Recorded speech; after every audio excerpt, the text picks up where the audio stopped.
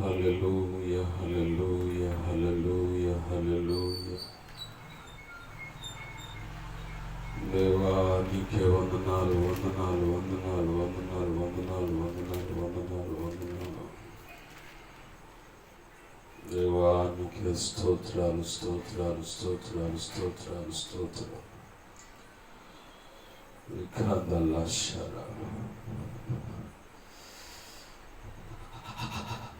స్తుతి స్తుతి స్తుతి స్తుతి. మంచిది. మరి పరిశుద్ధ గ్రంథం చదువుతా ఉండే పేతురు గారు రాసిన మొదటి పత్రిక 2వ అధ్యాయము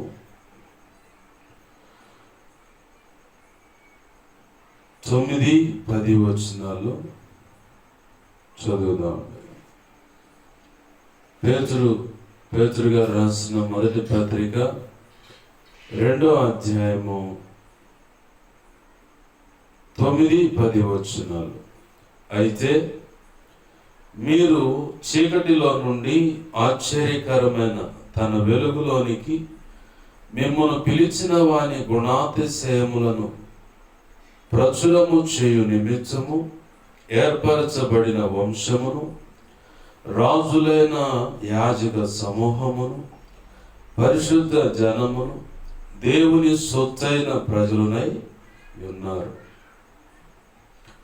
ఒకప్పుడు ప్రజగా ఉండక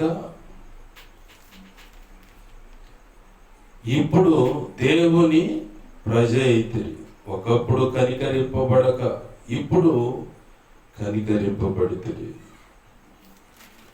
అలాగనే ప్రకటన గ్రంథం 1వ అధ్యాయం చూద్దా ఉండి ఇదే మాట ఇక్కడ కనపడుతుంది.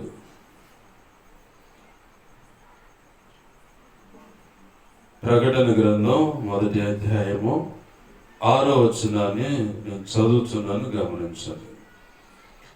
మనలను ప్రేమించుచు తన రక్తం వలన మన పాపముల నుండి మనలను విడిపించిన వానికి మహిమయు ప్రభావమును యుగయుగములు కలుగునుగాక. ఆమేన్. ఆయన మనలను తన తండ్రి యొక్క దేవునికి ఒక రాజ్యముగాను యాజకులుగాను చేశాను. అలాగనే ఇంకో మాట కూడా చదువుదాన్ని. ద్వితీయోపదేశ కాండము 5వ అధ్యాయం పట్టుకుంటూ చూడండి.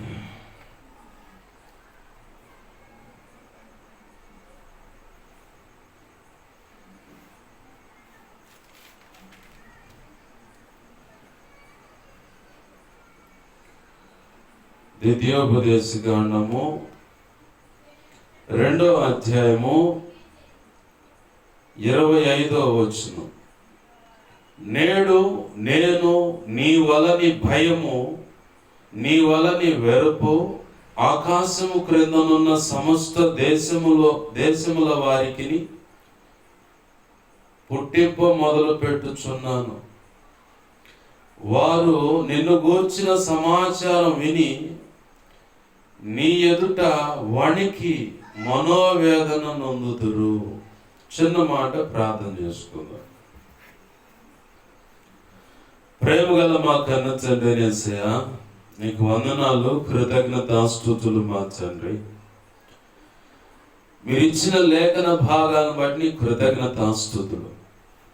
ఈ లేఖనాలను విరవండి, లేఖనాలు చాటున మీరు దాచి ఉంచిన మా అందరికి అవసరమైన నీ మనసులో ఉద్దేశించుకున్న సంగతులు ఏమైతే ఉన్నాయో, సర్వ సంపూర్ణ సత్యం ఏమైతే ఉన్నదో, క్రీస్తు మర్మమును లేఖన ప్రత్యక్షత, ఆత్మ ప్రత్యక్షత ఏమైతే ఉన్నదో, ఈ భూమి మీద ఈ మాటలు వింటున్న మేమంతా నీ సంకల్పానికి అనుగుణంగా నీ పని చేయుటకు మాకు ఇప్పుడు అవసరమైన ఏమైతే ఉన్నాయో, మా ఎడలను కలిగిన తలంపులు, ఉద్దేశాలు, అలాగనే ఇప్పటి నుంచి భవిష్యత్తులో నువ్వు మమ్మల్ని ఉపయోగపెట్టుకొని చెయ్యాలనుకుంటున్న పనుల సంగతులు ఏమైతే ఉన్నాయో అవన్నీ ఇంకనూ నీ చిత్తములో నిర్ణయించుకున్న ప్రతిదీ తేటగా స్పష్టంగా ఆనాడు వారికి వినబుద్ధి కలిగినంత వరకు నువ్వు బోధించావని, బోధించిన ప్రతిదీ ఉపమానము లేక బోధించలేదని, నీ బోధకు ప్రతి ఒక్కరు ఆశ్చర్యపడ్డారని లేఖనములు సాక్ష్యమిస్తుండగా, అంతకంటే ఉన్నతంగా మీరు కదిలి వచ్చి దేవా నీవే లేఖన కాంతిలో నుంచి మా అందరితో మాట్లాడమని బతిమలాడుతున్నాం.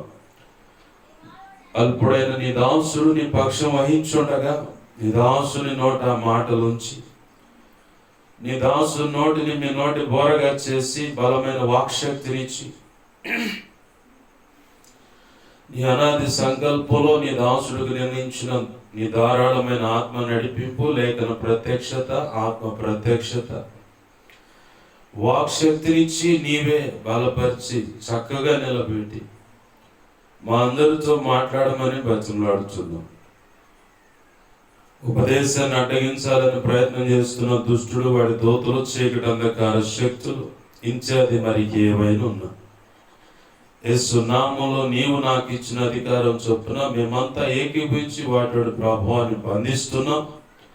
నిత్య నరకంలోకి విసిరి కొడుతున్నాం. ఇప్పుడే అక్కడ అవి యేసు నామములో లయమైపోను గాక, వాటి ప్రభావం లయమైపోను గాక.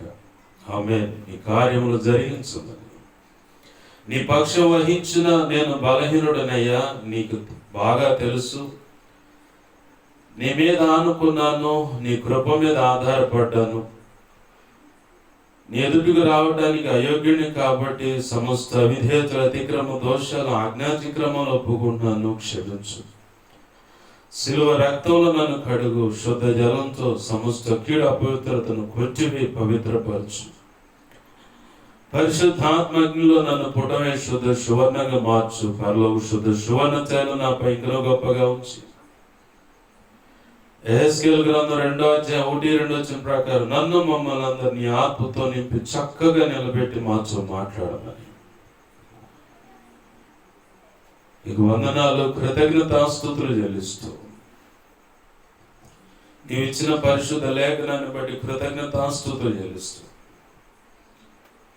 నీ స్వరాన్ని పసిగట్టగలిగే చెవులు, గ్రహించగలిగే మనసు, హృదయాన్ని మాకు దయచి, సున్నతి గల హృదయం మాకు దయచి, దిద్దుబాటు మనస్సును మాకు దయచి, నేర్చుకునే శుభగుణ లక్షణాలు మాకు దయచి, నిత్యత్వము చేరు పర్యాంత వరకు నిత్యము నీ పాద సన్నిధిలో శిష్యరికము చేసి శిష్యులైన సేవక గణముగా సిద్ధపరచబడి సత్యములో ప్రతిష్ఠింపబడి నీ చిత్తములో సత్య సంబంధమైన సంఘాలు స్థాపిస్తూ సంఘములో దేవా సత్యములో ప్రతి ఒక్కరిని ప్రతిష్ఠించి సర్వ సంపూర్ణ సత్యం వారికి అందించి మేము సంపూర్ణులం అవటమే కాదు, నీ చిత్తంలో మాకు ఇచ్చినవని సంపూర్ణులుగా చేసి ఈ భూమి మీద దైవ చిత్తము సంపూర్ణంగా నెరవేర్చి ధైర్యంగా క్రీస్తు న్యాయపీఠాన్ని ఎదుర్కొని ఆనాడు నువ్వు నిర్ణయించిన బడా మంచి దాసుడా, మంచి దాసురాలని ఆ మెప్పు, ఘనత, మహిమ, బహుమతులు అందుకొని నిత్యత్వంలో ప్రవేశించి వధువులో నువ్వు నిర్ణయించిన ఉన్నత స్థానంలో నిలిచి నీతో కలిసి యుగ యుగాలు నిత్య రాజ్య పరిపాలన చేయుటకు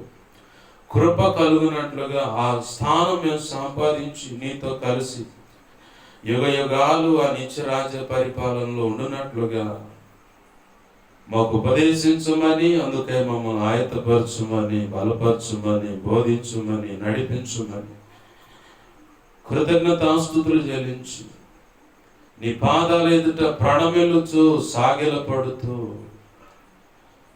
నీ కృపను అర్థిస్తూ ఉపదేశాన్ని నన్ను మమ్మల్ని చేతులకు అప్పజెప్పి మహిమపరుచుకుంటూ యేసు నామములోని ప్రార్థన సమస్తం పొందుకు నేను గొప్ప చేసుకుంటున్నాం మా తండ్రి. ఆమేన్, ఆమేన్. మంచిది సమకూడిన ఈ శబ్దంత్రాల ద్వారా వింటున్నా, అలాగే ఈ వీడియో ద్వారా ఇక ముందు వినబోతున్నా ప్రతి ఒక్కరికి ప్రభు అయిన యేసుక్రీస్తు వారి పేరిట నా హృదయపూర్వకమైన వందనాలు. అందరికీ వందనాలు.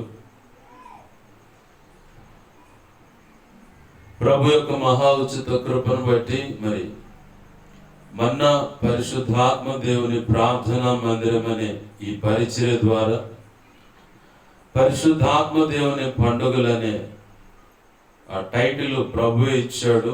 చాలా మంది ఆ పేరు ఎక్కడ ఉందని చెప్పని గతంలో కూడా యూట్యూబ్లో మెసేజ్లు పెట్టారు, ఎక్కడ ఉంది ఆ పండుగలని, మాయదారి సంతంతో వస్తుంది అది ఇదని వాళ్ళకి నచ్చినట్టు మాట్లాడారు. సరే, అదేం నేను సొంతంగా పెట్టుకున్నది కాదుగా బాధపడటానికి. దేవుడు చెప్పాడు ఈ మాటలతో నువ్వు సభలు జరిగించు అని. ప్రస్తుతం అయితే 3 రాత్రులుగా ఉన్నది. రానున్న దినాల్లో పరిచయం విస్తరిస్తున్న దాన్ని బట్టి 4 రోజులు 7 కూటాలు జరుగుతాయి. అదొక అద్భుతంలే కానీ దాని గురించి ఇప్పుడు వివరించడానికి నేను ఉపక్రమించట్లేదు. మెట్టుకు ప్రభు ఇచ్చిన లేఖన భాగాన్ని చూద్దామండి. మరి ప్రభు అంటున్నాడు పేతురు భక్తుని ద్వారా, అయితే మీరు చీకటిలో నుండి, అంటే ఒకప్పుడు ఈ లోకమనే చీకటిలో బ్రతికిన వాళ్ళమే మనమంతా. లోక సంబంధమైన ఇచ్చలకు, ఇచ్చ అంటే కోరిక, ఆ ఇచ్చలకు మనం బానిసలమై ఆ ఇచ్చల చేత ఏడవబడ్డాం. అంటే ఒక్కొక్కడు పొరపాటును కూడా, అరే ఆ అమ్మాయి నీకు కరెక్ట్ కాదురా, నీకు పెళ్ళయిందిరా, పలానా అమ్మాయితో అక్రమ సంబంధం అది కరెక్ట్ కాదురంటే వీడికి ఆల్రెడీ పిక్కు స్థాయికి వెళ్ళిపోతుంది. మైండ్లో నరాల్లో ఇక మంపంతా ఎక్కువ ఉంటుంది. వాడిని బయటికి రమ్మంటే ఎట్టవుతాడు? తాగుబోతుని చూడండి, వాడు వారానికో ఏదో ఒక సందర్భాన్ని బాగా ఎంచుకొని మరి బిర్రుగా తాగుతుడు. ఇంటిలో పాది మొత్తాన్ని గుల్ల చేస్తారు. పిల్లలు, పెళ్ళాము, బంధువులు మొత్తం కలిసి తలాగు తన్నుదన్నంగానే మళ్ళీ కొద్దిగా కంట్రోల్ అవచ్చు, మళ్ళీ ఆడిగే పోద్ది. 10 మూతి పెట్టినట్టు ఇక ఆడే పెడతాడు ఆ అశుద్ధంలో. వాడు రాడు బయటికి. ఎప్పుడు వచ్చినాయి వాడు బయటికి అంటే కంపెనీ రోగాలు రావాలా. వ్యభిచారంలో ఉన్నవాడికైనా ఆ HIV, AIDS వస్తేనే వాడు ఎనికి తిరుగుతాడు. లేదంటే సుఖ వ్యాధులని ఉన్నాయి, ఒంటి మీద కురుపులు గాను బొబ్బలుగా వస్తాయి. అట్లాంటి రోగాలు వచ్చినప్పుడైనా ఒక తమ్ముడు చూశాను నేను, గతంలో అలాగనే ఉంటే ఏందబ్బాయి అన్న, ఏం లేదు అన్న. ఇప్పుడు కూడా మొక్క నిండా గుల్లలు వస్తూ ఉన్నాయి. నాకు అర్థమైంది, ప్రభు సుఖ వ్యాధిని అనుమతించాడు. ఎందుకు ఆ అబ్బాయిని అడిగానంటే, ఆల్రెడీ భార్య చక్కగా ఉంటుంది, చాలా చక్కగా ఉంటుంది ఆ అమ్మాయి. అన్న అంటా ఉంటుంది ఆ అమ్మాయి. అంత చక్కనైన భార్యను పెట్టుకొని ఈడ పోయి అశుద్ధం దగ్గర పడుకొని వచ్చాడు. ఆ పెంటంతా బులుకొని వచ్చా ఉండు. అరే మల్లురా బాబు, అంతా నాశనం అయిపోతుందంటే రోడ్డు మీద పడుకోవటానికైనా ఇష్టపడుతున్నాడు కానీ ఇంట్లో రానిట్లా ఆ అమ్మాయి. ఇప్పుడు పోయి దానికాడ గులిగిరా పో అంటే ఇక రానిట్లా, రోడ్డు మీద పడుకోవటానికైనా ఇష్టపడుతుండే కానీ ఆ పాపాన్ని వదిలిపెడటానికి ఇష్టపడుతున్నా. మనం అంతా ఒకప్పుడు ఆ చీకటి సంబంధంలో ఒకడు ఖైనీ ఉంటుంది, సిగరెట్ ఉంటుంది, ఒకడు పండగ తాగుబోతుడు, అరే మానుకురా బాబు. ఒకడికి ఆ ప్రేమ అనే ఆ మాయలో పడి ఉంటాడు. నేను ఆల్రెడీ 1-2 సార్లు తన్నులు తిన్నాను రాబాయ్, వ్యక్తిగత సాక్ష్యంతో చెబుతున్న ఈ మాట. అదంతా అట్రాక్షనే కానీ వారి సొంత అవసరాల కోసం, వారికి ఉన్న అందాన్ని బట్టి నా వైపు చూస్తారా లేదని గాలం వేస్తూ ఉంటారు. ఈరోజు యవ్వన ప్రాయంలో ఉన్న ఆడపిల్లలు చేస్తున్న పని ఇదే. ఇంచుమించు ఒక 10 లేదా 20 మందిని వాళ్ళ వెనకాల వారి యొక్క అందచందాలను బట్టి, శరీరంలో ఉన్నటువంటి అవయవ సౌష్టం అంటే ఎదుగుదల, లేదంటే ఆ కనపడుతున్న ఆ సౌందర్యాన్ని బట్టి గాలం వేస్తారే కానీ నీకు ప్రయోజనకరంగా. అంటే ఇప్పుడంతా ప్రేమ ఎలా ఉందంటే శరీరాశలు నెరవేర్చుకోవడానికి ప్రేమ అనే ముసుగు ఉంది. బైబిల్ అంటుంది ప్రేమ త్యాగాన్ని కోరుకుంటుంది, ప్రేమ పొరుగువారి క్షేమాన్ని కోరుకుంటుంది, ప్రేమ తను ఆహుతి చేసుకోవడానికంటే తను అంతం చేసుకోవడానికి ఏ రకంగా నేను ఏమైపోయినా సరే ఆ వ్యక్తి బాగుండాలనే రీతిగా. ఇక నాకు ప్రేమ దక్కలేదని చచ్చిపోవడానికి కాదు, అంతం కాదు, ఆ వ్యక్తి బాగుండాలి, ఆ ఒక్క వ్యక్తి యొక్క యోగక్షేమాలు కోరుకుంటూ బ్రతికేదే ప్రేమ. ఇలాంటి ప్రేమ ఎలా ఉందంటే శరీర కోరికలు, డబ్బు చూసి ఇంకేయో చూసుకొని వెంపర్లాడేటువంటి ప్రేమ అయింది ఇప్పుడు. అదంతా మాయరా బాబు, బయటికి రా అంటే ఎవడు రాడు తొందరగా. నేను వచ్చానా 5 సంవత్సరాలు ఎదురు చూసా, 3 సంవత్సరాలు మనసులో ఉన్న మాట చేసి రిప్లై రాక ఎదురు చూసి 8 ఏళ్ళు ఆడపోయింది. పడాల్సిన దెబ్బలు పడ్డాయి. అసలు ఏమీ లేదు, కలిసి మాట్లాడుకుంది లేదు, ఏమీ లేదు, ఎరిసూపులు అన్నమాట. నేను అదే అంటా, నీకు ఒకవేళ దేవుడు కన్ఫర్మ్ చేస్తే పలానా వ్యక్తి అని భర్తగా భార్యగా కన్ఫర్మ్ చేస్తే సంగతి తెలియపరుచుకుంటే మేలు. లేదనుకో నాకు మళ్ళీ 8 సంవత్సరాలు వృధా వ్యధ ప్రయాస అయిపోద్ది. చివరికి నేను చేసింది ఏముంది? పలానా ఇంజనీరింగ్ పలానా వ్యక్తి పెళ్ళవుతుందని ఫిక్స్ అయిందని తెలియగానే కళ్ళ నిండా నీళ్లు తీసుకొని అప్పటికి రక్షణలోకి వచ్చా. నీ కృప నిత్యముండలని పాట పాడుతున్న కళ్ళ నిండా నీళ్లు తీసుకుని అదే టైంకి మౌత్ వచ్చింది చేతికి. ఉపవాస కోటాలయ్యి చేయగలిగేది ఏం లేదు, బాధపడుతుంది తప్ప. బ్రతికినంత కాలం మీకు అదే బాధ బాధ బాధ. అయ్యో ఆ వ్యక్తిని నేను దక్కించుకోలేకపోయాను, అయ్యో ఆ వ్యక్తితో నా బ్రతుకు లేకపోయింది. నీకు ఇదే క్షోభ. శోభ కాదు, క్షోభ అంటే బాధ.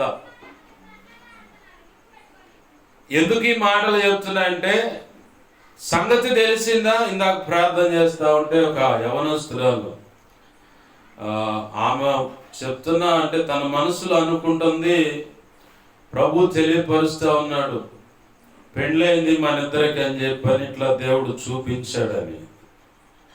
ప్రభు చిత్తమైతే జరుగుతుంది, నేను నమ్మను అని చెప్పను.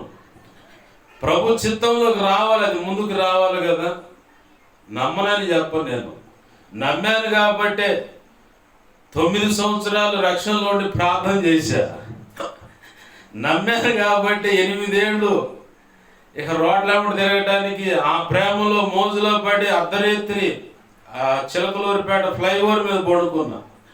టాటా ఏసి ఉండేది ఆడే, ఇక రోడ్డు మీద పెట్టుకొని బండి క్యారేజ్ మీద పడుకునేవాడిని. నేను ఇంటికి ససేమేర వచ్చేవాడిని కాదు.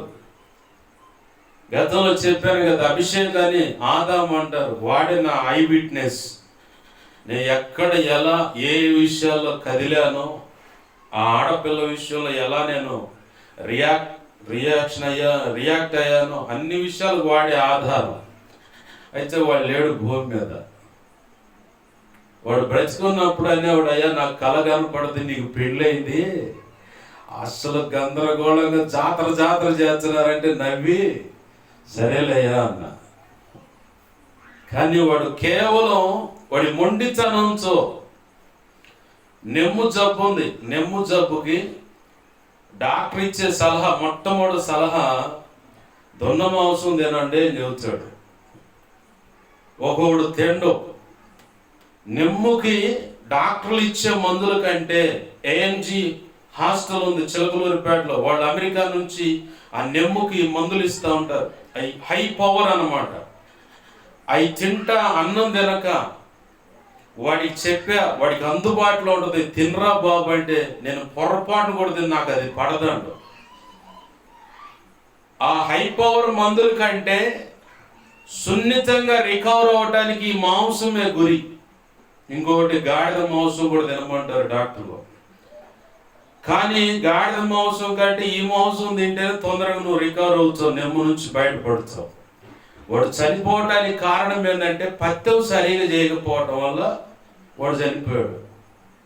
ఎంత బచ్చలాడు ఉంటాను. ప్రారంభంలో వాళ్ళ అమ్మ నన్ను అపార్థం చేసుకుంది, ఇతని వల్ల నా పిల్లగాడు పాడైపోతుందని. సంగతి తెలుసుకున్న తర్వాత, అయ్యా నీ పక్కన ఉంటేనే నా బిడ్డ బాగుంటాడయ్యా, నీతోనే ఉండని అంది. వాడు కూడా 2 ఆడపిల్లల మధ్యలో ఒకడు, నేను 2 ఆడపిల్లల మధ్యలో ఒకడిని. ఇక నన్ను నేను చూసుకునేవాడిని వాడిని చూసినప్పుడల్లా. వాడు ప్రేమ అనే ఒక మోజు ఒకటిలో, ఇంకొకటేమో ఈ మందు తినరా అంటే, ఈ మాంసం తిన్నాడు. నేను తిన్నాడు. 2016లో అట్టుకుంటా ఇక్కడ వరద వచ్చింది. ఆ మూమెంట్లోనే వాడు ఆ చివరి స్థితి. ఇక అప్పుడు అడుగుతున్నాడు వాడు, నేను బ్రతకాలంది నాకు అని చెప్పని. చేయి దాటిపోయిన తర్వాత బ్రతకాలని ఉందంటే ఎట్ట చెప్పాం. మొదటిగానే చెప్పా, అయ్యా తినరా తినరా తినరా అని. నా తోడ పుట్టిన వాని వల్లే వాడిని బచ్చంలా ఉంటుంది. రివర్స్ అయి తిట్టిన రోజులు కూడా ఉన్నాయి. అయినా సరే ఎందుకు ఈ మాటలు అంటే, మనం ఒకప్పుడు చీకటి సమయంలో ఇలాగా ఆ సిగరెట్ అని కానీ, ఒక తాగుడు కానీ పేకాట అని, జోదం అని, నరమాంస భక్షులు ఉన్నారు, లేదంటే నరహంసకులు ఉన్నారు, మాంత్రికులు ఉన్నారు, పూజారులు అని, ఇలా చాలా మంది ముస్లిం జనాంగం నుంచి కొంతమంది రక్షణ అనుభవంలోకి వచ్చిన వాళ్ళు ఉన్నారు. వారందరినీ కదిలించండి. వారు ఏం చెబుతారంటే, అయ్యా నేను ఒకప్పుడు చీకటి సంబంధినే, ఒకప్పుడు సత్యం అనే వెలుగు తెలియక అజ్ఞాన స్థితిలో మనోనేత్రాలు మూత వేయబడి, దేవుని వాక్కు తన ప్రజల ద్వారా నాకు అందిస్తూ ఉన్నా, నాకు వినపడుతున్నా, కరపత్రాల రూపేణ నా ముందుకు వచ్చిన వాటన్నిటిని పక్కన పెట్టిన వాళ్ళం మేమంతా. కాదు ఇది కులం తక్కువ దేవుడు అని చెప్పని త్రోసివేసిన సందర్భాలుని అని రక్షణ పొందిన ప్రతి ఒక్కరిని కదిలిస్తే వాడు ఇచ్చే సాక్ష్యం ఇదే. దేవునికి మహిమ కలుగును గాక. హల్లెలూయా. అయితే లేఖనం అంటుంది, అయితే మీరు అంటే మనం అంతకు ముందు ఏమై ఉన్నామంటే చీకటిలో బ్రతుకుతున్నాం. చీకటి అంటే ఏంది పాస్టర్ గారు అంటే, చీకటి అంటే ఏముంది? పాపం. పాపంలో ఉన్నవాడికి వెలుగు అనేది పొరపాటును కూడా గిట్టదు.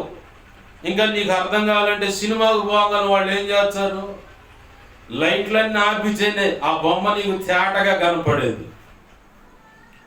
యవన పిల్లలైనా పెద్దలైనా ఇప్పుడంతా ఈ సెల్ ఫోన్ వచ్చింది, ఆ గూగుల్లోనో క్రోమోలోనో వెళ్ళిపోయి ఆ అపవిత్రమైన చిత్రాలను రహస్యంగానే చూస్తారు. అది కూడా చీకటేగా, పాపమేగా. బాద్షాపు పోతారు, ఆడ బోంగాలు అన్ని లైట్లు ఆపి డిమ్ముగా లైట్లు చిన్న 0 బల్బులు వేస్తారు. దాని ముందు పెద్ద ఎల్ఈడి చిన్న దాన్ని ఏమంటారంటే సినిమా వేసేది, అదే ప్రొజెక్టర్. అది చిన్న బాక్స్ లాగా ఇప్పుడు వస్తుంది అందుబాటులో. తెల్ల తెరగొడ్డ గట్టిగా దాని మీద బొమ్మ వేస్తూ ఉంటారు. ఇక ఆడ కూర్చొని అది కాదు మామ, ఇది కాదు మామ అంటారు. ఆ బార్ షాప్లోకే కొడుకు పోతాడు, ఆ బార్ షాప్లోకే తండ్రి పోతాడు. ఇప్పుడు విచిత్రం ఏంటంటే తండ్రి కొడుకులు కలిసి తాగేవాళ్ళు ఎక్కువయ్యారు. పొరపాటు కూడా భయం లేదు, ఎందుకంటే నువ్వు విడిచేసావు, నేను కూడా విడిచేసావు. ఏంటది? సిగ్గు. శరం, రోషం, మానం, మర్యాద అని ఏమి లేదు, మొత్తం రోడ్డు మీద పడేసాం. కాబట్టి మన ఇద్దరం కూర్చొని తాగుదాం, షేర్ అని చెప్పుకుంటా, చేసి అని చెప్తా. చూడండి, గమనించండి. ఇప్పుడు పాపం చేసేవాడు ఎవడైనా చీకటిని వెతుక్కుంటాడు. చీకటి ఎక్కడుందో దాన్ని ఎత్తుక్కొని రహస్యంగా శరీర సంబంధమైన కోరికలు నెరవేర్చుకునేవాళ్ళు ఎవరు చూడకుండా, గుట్టు చప్పుడు కాకుండా చీకట్లోని వ్యవహారాలు అవన్నీ. ఏమండి, ఇవాళ మనము దేవుని కృపను బట్టి ఆయన రక్తంలో కడగబడ్డాము, పరిశుద్ధులమని పిలువబడుతున్నాం. దేవుని నమ్ముకున్న వాళ్ళని లోకమే చెబుతుంది. అంటే వాళ్ళకు దేవుడు లేడన్న సంగతి అర్థమైంది. అవునా కదా?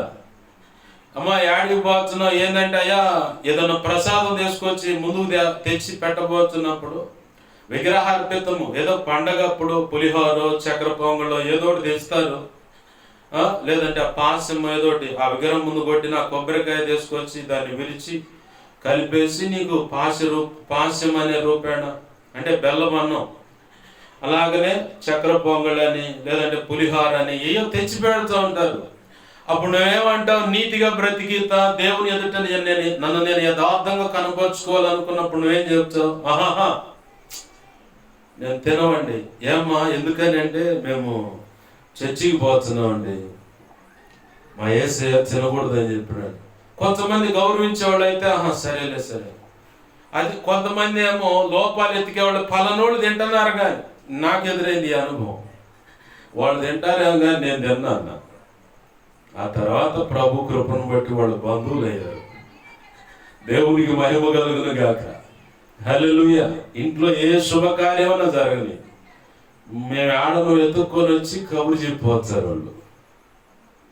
ఆనాడు కాదు అన్ను అంతే, ఒక్కసారి వ్యతిరేకించారు.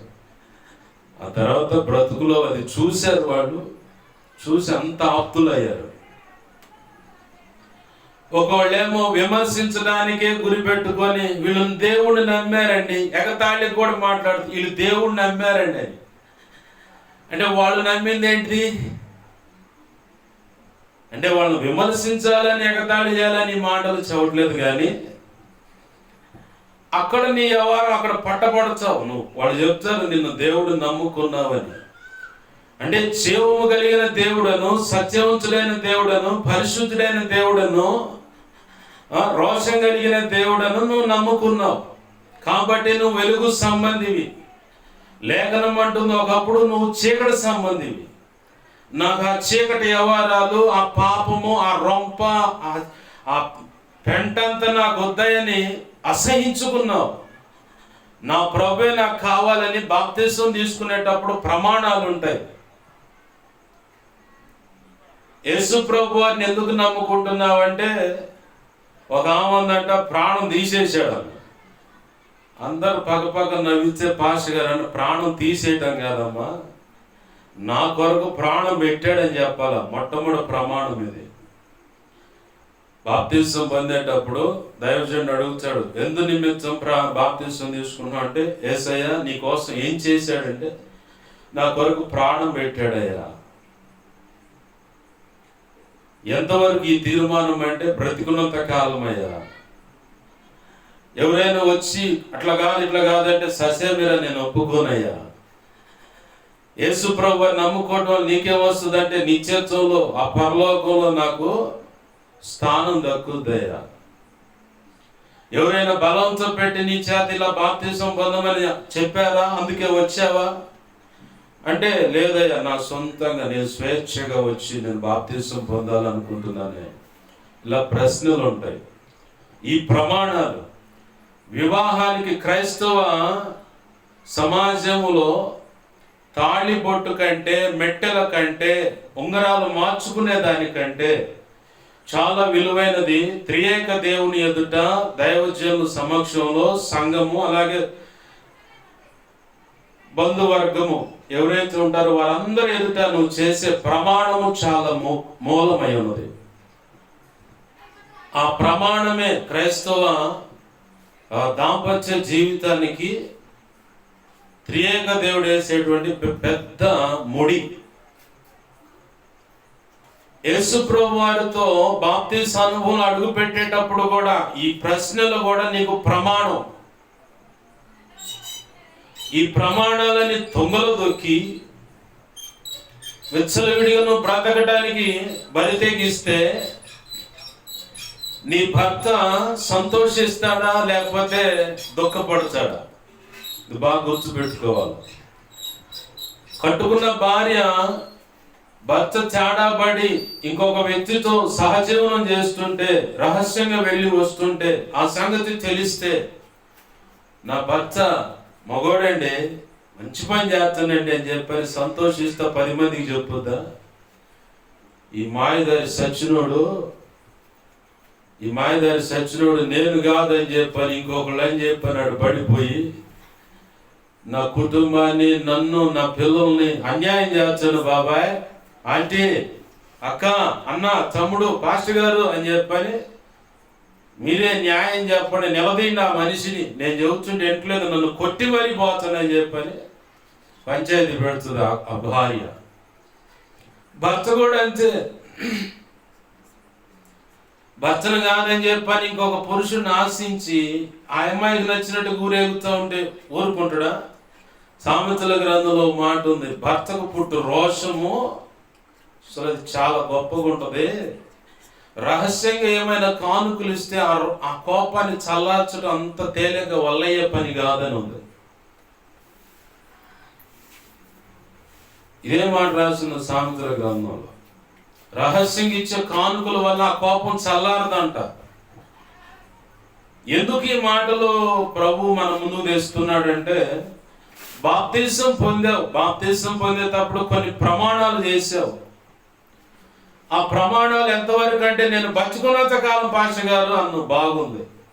మరి ఈరోజు ఎందుకు డొంక తిరుగుళ్ళు, దైవ చిత్తానికి వేరైన అడుగులు, బ్రతుకు, భక్తి? ప్రభు అంటున్నాడు, మీరు చీకటిలో నుండి ఆశ్చర్యమైన తన వెలుగులోనికి మిమ్మల్ని పిలిచిన వాని గుణాతిశయములను ప్రచురము చేయు నిమిత్తమై. ఒకప్పుడు ఆ జీవితం అది పెంట అనుకున్నా, అసహించుకున్నావు, నీకు అది కాదిక, దాన్ని వదిలేసేయాల. కాదని మళ్ళీ పోయి దాన్ని కౌగిలించుకుంటున్నావంటే, కావాలని ముద్దులు పెడుతున్నావంటే నీలో దేవుని వాక్యం నిలబడచలేదు. యేసు ప్రభు యొక్క త్యాగము నీవు గుర్తించలేదు. ప్రభుని ఇంకను నీ అయోగ్యమైన ఆ క్రియలను బట్టి, వ్యతిరేకమైన ఆ అడుగులను బట్టి ప్రభుని ఇంకను దుఃఖపరచడానికే నడుం బిగిస్తున్నావే తప్ప, నువ్వు చేస్తున్న పనులను బట్టి నీలో నుంచి బయటకు వచ్చి నీ పక్కన నిలిచి దుఃఖపడుతున్న ఆ పరిశుద్ధాత్మ దేవుని యొక్క ఆవేదన నువ్వు ఎప్పుడైనా గమనించావా? గమనించిన దానివైతే, గమనించిన వాడవైతే ఖచ్చితంగా నేను ఈ పొరపాటు చేయటం వల్ల ఈ పాపము, ఈ విగ్రహారాధన, ఈ అంతరాలుగా అంటే చెప్పని చాతబడులని రకరకాల ఇంచాది. ఆ వ్యభిచారం అని, ఆ తాగుడు అని, ఆ సిగరెట్ అని, ఆ చుట్ట, బీడి, ఖైని, రహస్యంగా మూత తీయటం, సీసా మూత అంటే తాగుబోతును, బాప్తిసం పొంది లాంటి వాటికి బరి తెగించవు నువ్వు. ఎందుకంటే నీలో వాక్యం పని చేస్తుంటే ఇట్లాంటి పనులకు నువ్వు ముందుకు అడిగేయలేవు. ఎందుకంటే మనస్సాక్షి గద్దిస్తూ ఉంటుంది, నువ్వు చేస్తుంది తప్పు, అది కరెక్ట్ కాదు అని చెప్పని వాక్యముని ఎదుట పరిశుద్ధాత్మ దేవుడు చూపిస్తా నిన్ను గద్దిస్తూ ఉంటుంది మనస్సాక్షి. ఎప్పుడైతే నువ్వు వాక్యాన్ని నీ హృదయంలో కొలువు చేసుకోకుండా, నింపుకోకుండా, ఏముందిలే ఆ ఉన్న గుంపులో ఈయన కూడా ఒకడు అనుకున్నావు నువ్వు అంతే. నాకు తెలిసి దాచేపల్లిలో ముస్లిం జనాంగం నుంచి ఒక తల్లి లోతురన్ చర్చికి వెళ్తుంది. ఆ తల్లి ఇచ్చిన సాక్ష్యం ఏంటంటే, అయ్యా 13 సంవత్సరాలు నన్ను ఒక దురాత్మ వెంబడించింది. నిద్ర ఉండేది కాదు, అది రాగానే నాలో ఇక తెలియకుండా అలజడి మొదలయ్యేది. ఈ భూమి మీద ఎన్ని విగ్రహారాధనకు సంబంధించిన దేవతలు, దేవుళ్ళు ఉన్నారు, అందరికీ మొక్కా. నా ఫేవరెట్ గాడు ఎవరు? గాడు కాదమ్మా, నీకు దండం పెడతా, గాడ్ ఏంది దేవుడు. ఆమెకు ఇష్టమైన దేవుడు ఎవరు అంటే సాయిబాబా. అక్కడ పోయి విభూతి తెచ్చుకొని అర్ధరాత్రి 12 దాన్నే అర్ధరాత్రి అనేది, 12 తలస్నానం చేసి వచ్చి ఆ విభూతి నీళ్ళలో కలుపుకొని తాగుతుంది, వీపు మీద జల్లుకుంటుంది, ఇంటి మొత్తం జల్లుతుంది. భర్త మౌనంగా ఉంటే ఎగ్గిరించని ఆ తల్లిచ్చిన సాక్షి ఇంకా రకరకాల బూతులు కూడా మాట్లాడదంట. ఎగ్గిరి తన్ని నాకింత వేదన పడుతుంటే నువ్వు అంత నిమ్మళంగా ఏమి ఎరగనట్టుగా పడుకుంటావని మేనమావకి ఇచ్చేదామని ఎగ్గిరి తన్నేదంటే, రా ఈపు మీద విభూతి జల్లు ఏదో అవుతుందని చెప్పని. ఎన్టీ రామారావు పాటలు 1000 పాటలు అనర్గళంగా గుర్తుపెట్టుకుని పాడగల సమర్థురాలు ఆమె. అయితే ఆ లూథరన్ చర్చి కాడ దేవుని మందిరం కాడకు పోయి పాస్టర్ గారు వాళ్ళ ఇంటి కాడ పోయేదంట. అప్పుడప్పుడు ఆడ పోగానే తన మనస్సాక్షి గద్దిస్తూ ఉండేదంట, దొంగలాగా ఎందుకు నిలబడ్డావు అని. నేను దొంగనేందే అంటదంట. దొంగ కాకపోతే నువ్వు ఎవరు అంటదా. తర్వాత పాస్టర్ గారు ఆ మాటలు వింటానే ఉండదని పాస్టర్ గారు ప్రార్థన చేస్తే కింద పడిపోయేదంట. మళ్ళీ నీళ్లు కాసిన ప్రార్థన చేసి తాగి మళ్ళీ రికవర్. మళ్ళీ అట్ట 2-3 సార్లు పోతే నువ్వు దొంగవి అని చెప్పని మనస్సాక్షి గద్దిస్తాం కదా. ఏం చేయడానికి వచ్చే నేను దొంగనంటది. ఎవరో మాట్లాడుతున్నారు, నువ్వు దొంగవి అని చెప్పని వినపడుతుంది. పాస్టర్ గారు ప్రార్థన చేయగల కింద పడుతున్నా, నీళ్ళు ఇస్తున్నారు, తాగుతున్న తర్వాత బాగుంటుంది. ఇంటికి పోతే యథా రాజా సదా ప్రజ అవుతుంది. ఏంది ఇది అసలు సంగతి ఏంది, ఈ కిటికీ ఏందని చెప్పని తెలుసుకోవడానికి అడిగితే పాస్టర్ గారు అన్నంట, అమ్మా నీ మీద దురాత్మ దాడి చేస్తూ ఉంది కాబట్టి నా మాటని దేవుని మందిరానికి నడు, నీకు ఇష్టమైతే బాప్తిసం పొందు కానీ అన్నాడు. సరే పాస్టర్ గారు అని చెప్పని ఇక 13 సంవత్సరాల విగ్రహారాధన మొత్తం తీసి పక్కన పడేసి ఇక దేవుని మందిరానికి నాటం మొదలు పెడితే వాళ్ళ పెద్దలు వచ్చారండి. ఇక అప్పుడు దాకా రాలేదంట. ఇదే విచిత్రం వాళ్ళలో ఉన్న పరిస్థితి. విగ్రహారాధన పో, దర్గాలకు మొక్కు, ఇంకేడకన్నా తిరుగు, ఎవ్వరు కదిలేరు.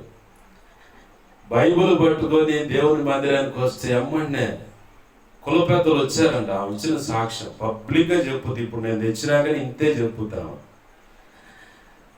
అట్టగాదు అని చెప్పంటే విని టీ ఇచ్చి ఇంకా పోండాను కదంట. ఇంకోసారి రామా అక్కడ మా ఇంటికి అది కులంలోంచి వెళ్ళేస్తామంటే నువ్వేం తెలియసి నేనే వెళ్ళేస్తాను పోనేదంట. నేను వెళ్ళా. ఆడ పోగల తల్లి చెప్పి సాక్ష్యం ఇస్తే యవ్వన ఆడపిల్లల మధ్యలో నేను కూర్చునేవాడిని. రకరకాల ప్రశ్నలు అడిగేవారు. నేను కొత్తగా సేవలోకి వెళ్ళటం, ప్రశ్నలన్నిటికీ సమాధానం ప్రభు కృపను బట్టి ఇచ్చారు. దేవుని మహా ఉచిత కృప ఏంటంటే ఆ తల్లి ఆమె పెద్ద కూతురు రక్షించబడ్డారు. దేవునికి మహిమ కలుగును గాక. హల్లెలూయా. నేను చేసిన పరిచయం ఏందో తెలుసా? దాచేపల్లి వెళ్ళి అక్కడ సహకరించి అక్క వాళ్ళ ఇంట్లో వాళ్ళ బంధువులు అంటే తోడ పుట్టిన వాళ్ళు తల్లి అటువైపు నుంచి వ్యతిరేకత అయితే బస్టాండ్లో కూర్చొని ప్రార్థన చేశారు. మా అమ్మ నేను బస్టాండ్లోనే కూర్చొని ప్రార్థన చేసి బస్టాండ్లోనే వాళ్ళని పిలిపించి ప్రభు బళ్ళు ఇచ్చి బస్టాండ్లోనే అంతా జరుగుతుంటే ఇక అక్క ఉండి పలానా అని చెప్పని వాళ్ళని దగ్గర చేస్తే వాళ్ళకి అక్కడ ప్రతి గురువారం వెళ్ళి వాక్యం అందించి ప్రార్థన చేసి వచ్చేవాడు. ప్రభు యొక్క మహా ఉచిత కృప ఏంటంటే ఇద్దరు రక్షించబడ్డారు. అన్న బాప్తీసం ఆదివారం ఇస్తా ఉన్నారు, పాస్టర్ గారు రండన్నా అని చెప్పని ఆడపిల్ల అంటే లేదులేమ్మా, ఎవరైతే నేను ఉంటేనే రక్షణ అయింది, సేవకుడు నీట ముంచి ఇస్తున్నాడు కాబట్టి తీసుకో, తప్పులేదు. లేదు నన్ను ఇమ్మంటే అట్ట కాదులేయా అమ్మ అంది. చాలా నుంచి వెళ్తున్నానంటే వెళ్ళు తీసుకోమ్మా, నాకు వంతుగా నేను నీకు ఎంత మట్టికైతే దేవుని వాక్యం అందించాలో అంతవాటికి నన్ను ఉపయోగపెట్టుకున్నాడు. సంతోషం. ఏ విధము చేతనైనా క్రీస్తు ప్రకటించబడుతున్నాడు అని చెప్పని బాప్తిసం పొందన్నారు. ప్రభు కృపను బట్టి ఆడ బాప్తిసం పొందారు. ఎందుకు ఈ సాక్ష్యం గుర్తు చేస్తున్నారంటే ఆ తల్లి ఎన్నో వాటికి మొక్కితే వల్ల పడనది దేవుని సన్నిధికి వచ్చి ప్రార్థన పూర్వకంగా రక్షణ అనుభవంలోకి వస్తుంది. ప్రార్థన పూర్వకంగా దేవునితో నడిచినప్పుడు ఆ చీకట్లన్నీ వదిలేసే ఇల్లంతా యూబది చల్లేదంట. గందరగోళం ఉండేదయ్యా మా పరిస్థితి అని. కానీ దేవుని కృపను బట్టి మనస్సాక్షి పనిచేసింది కాబట్టి ఆ వ్యక్తికి ఆమె ఇప్పుడు ఎక్కడికి వెళ్ళినా ఆమెనే మెయిన్గా ఆ లూథరన్ సంఘం అక్కడక్కడ పల్లెటూరులోకి వెళ్ళి వీధి కూటాలు పెడితే ఆమె ప్రత్యేకంగా సాక్ష్యం ఇప్పిస్తారు. ఎందుకని? రక్షణ పొందక ముందు నుంచి ఆ పనిలో ఉంది ఆ తల్లి. ఈ ఆదివారం ఇప్పుడు కొత్త పాట నేర్చుకుంటుంది. ఆదివారం నుంచి మళ్ళీ శనివారం లోపల కొత్త పాట ఇంకోటి నేర్చుకొని వచ్చే ఆదివారానికి ఇంకో కొత్త పాట పాడుద్ది, అదే పాట పాడదామా? పిల్లల చేత సెల్లో ఆ పాట పెట్టుకొని అది విని విని విని చదువు ముక్క లేదు, అక్షరం ముక్క లేదు చదువు. ఈ ఆదివారం పాడిన పాట వచ్చే ఆదివారం అసలు పాడదు, కొత్త పాట నేర్చుకోవాల్సిందే.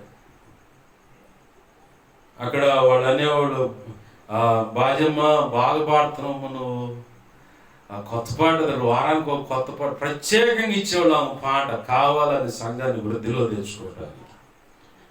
ఆమె ఒకప్పుడు చీకటి సంబంధిని నేను, ఇప్పుడు ఆయన గుణాతిశయములను ప్రచురించు నిమిత్తమే నేను ప్రత్యేకపరచబడిన దానని చెప్పని ఆమె గుర్తించింది.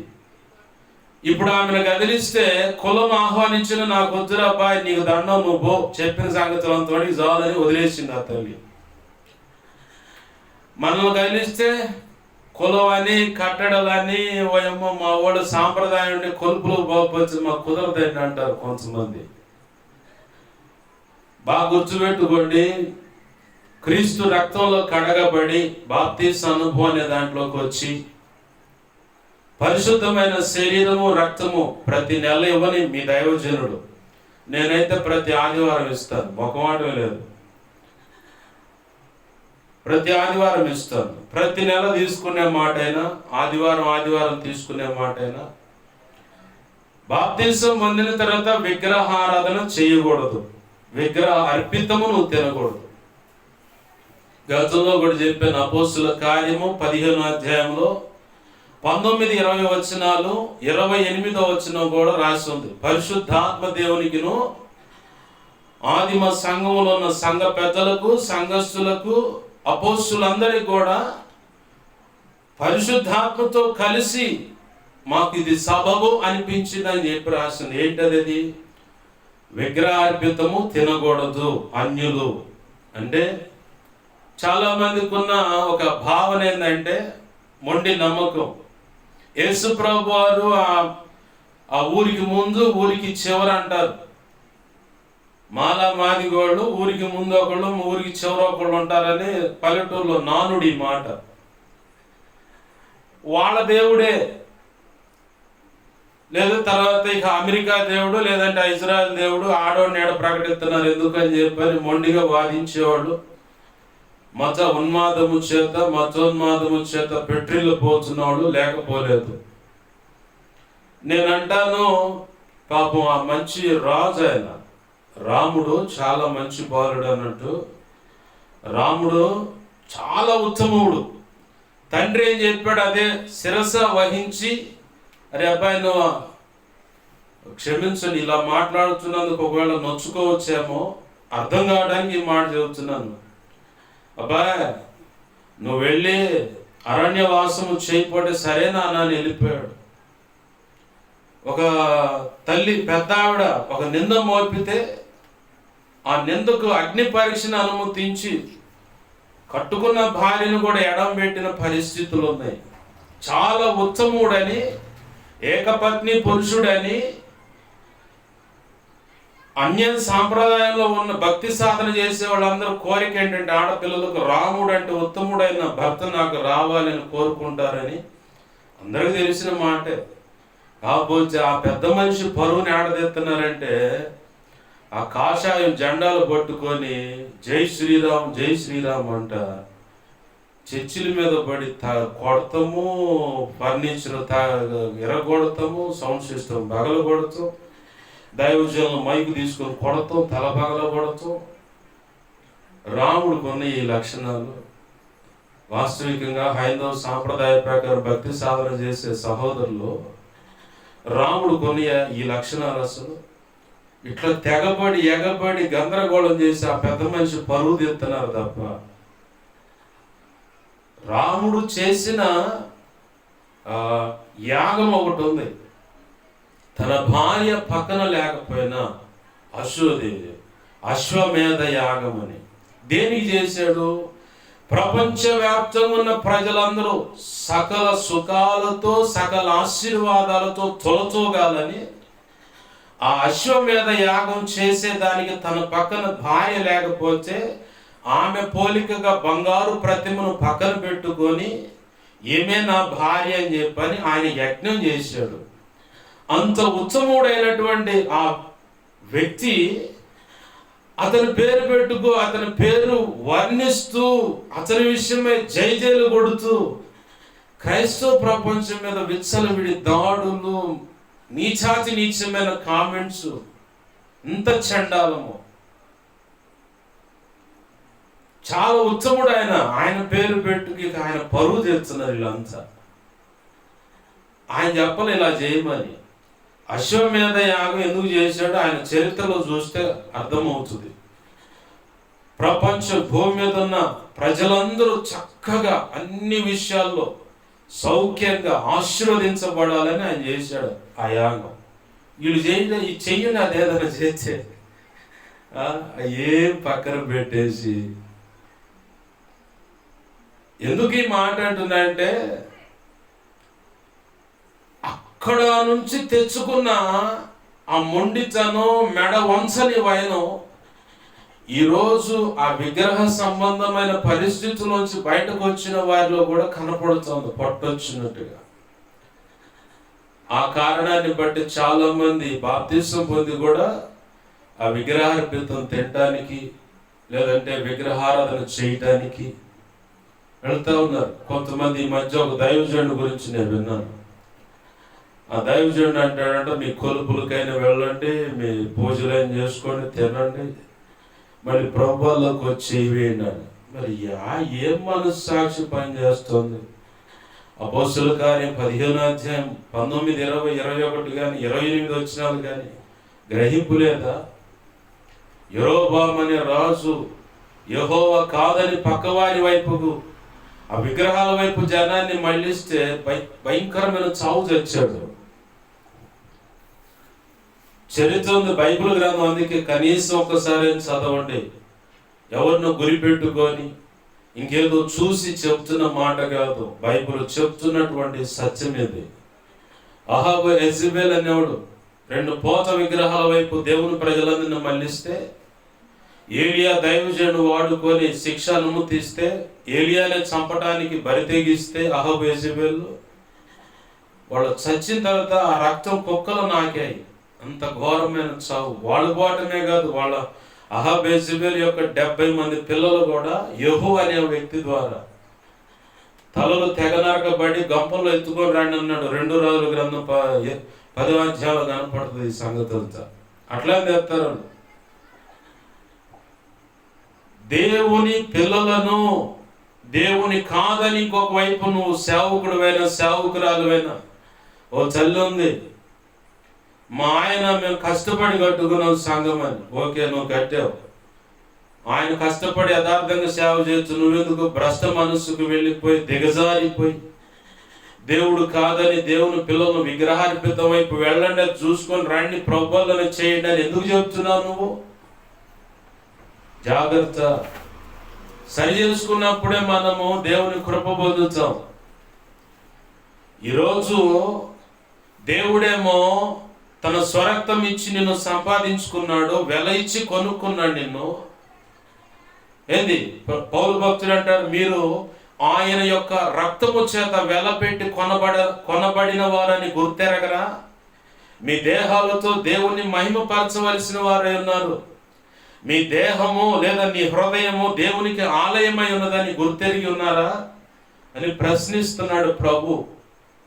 పరిశుద్ధాత్మ కాంతిలో పౌలు భక్తుని వాడుకొని ఈరోజు నన్ను కూడా నిలబెట్టుకొని ఆయన కృపను బట్టి నీతోనే మాట్లాడుతున్నాడు. నీ దేహం వెలపెట్టి కొనబడినది. నీ జీవితము దేవుడు తన కృపను బట్టి రక్షిస్తే విలువ కలిగి ఉన్నది. విలువ కలిగి వెలపెట్టి కొనబడిన నీ జీవితము, నీ దేహము ఆయన సొత్తై ఉన్నది. ఆమేన్, హల్లెలూయా. ఆయన సొత్తైన నీవు ఆయన అనుకున్న రీతిగా ఆయన గుణాతిశయములను ప్రచురించు నిమిత్తమై ఏర్పరచబడిన వంశమును, అదేనా రాసింది అక్కడ, రాజులైన యాజక సమూహమును, పరిశుద్ధ జనమును, దేవుని సొత్తైన ప్రజలై ఉన్నారు. ఆమేన్, హల్లెలూయా. ఇక్కడ ఏర్పరచబడిన వంశం అంటుంది ఒక మాట. అంటే నువ్వు ప్రత్యేకపరచబడ్డ ఆయన కొరకు, ఏ కుటుంబమైనా సరే ఒక సేవకు పిలువబడ్డ వాళ్ళని కాదు, ఆయన రక్తంలో కడగబడిన ప్రతి ఒక్కరి పట్ల దేవునికి ఒక ఉన్నతమైన ప్రణాళిక ఉంది. ఆ ఉన్నతమైన ప్రణాళిక అనుగుణంగానే ప్రతి ఒక్కరిని ఆయన ఏర్పాటు చేసుకున్నాడు. నీకు నువ్వు అనుకోవాలి, ఆ ఇంట్లో ఒక్కదానివే రక్షించబడ్డావు, ఒక్కడివే రక్షించబడ్డావు. నేను ప్రభు కొరకు, ప్రభు నిమిత్తమై ఏర్పరచబడిన వంశం నాది. అలాగే రాజులైన యాజక సమూహం, ఇక్కడ రెండున్నాయి. రాజులైన యాజక సమూహం అంటే ఈ భూమి మీద నువ్వు పరిపాలన విభాగ వ్యవస్థలో శాసించే శాసనకర్తగా ఉంటావు. ఒక ప్రార్థన చేస్తే పలానా వ్యక్తి అధికారంలో రావాలంటే వస్తాడు. ఇక ఆ వ్యక్తి కాదు, ఈ వ్యక్తికి ఇక అధికారం లేదు ప్రభువా, ఇట్లా ఉన్నాడని చెప్పని ప్రార్థన చేస్తే ఇక ఆ వ్యక్తి పక్కన పెట్టబడతాడు. ఇది ఒక కోణం.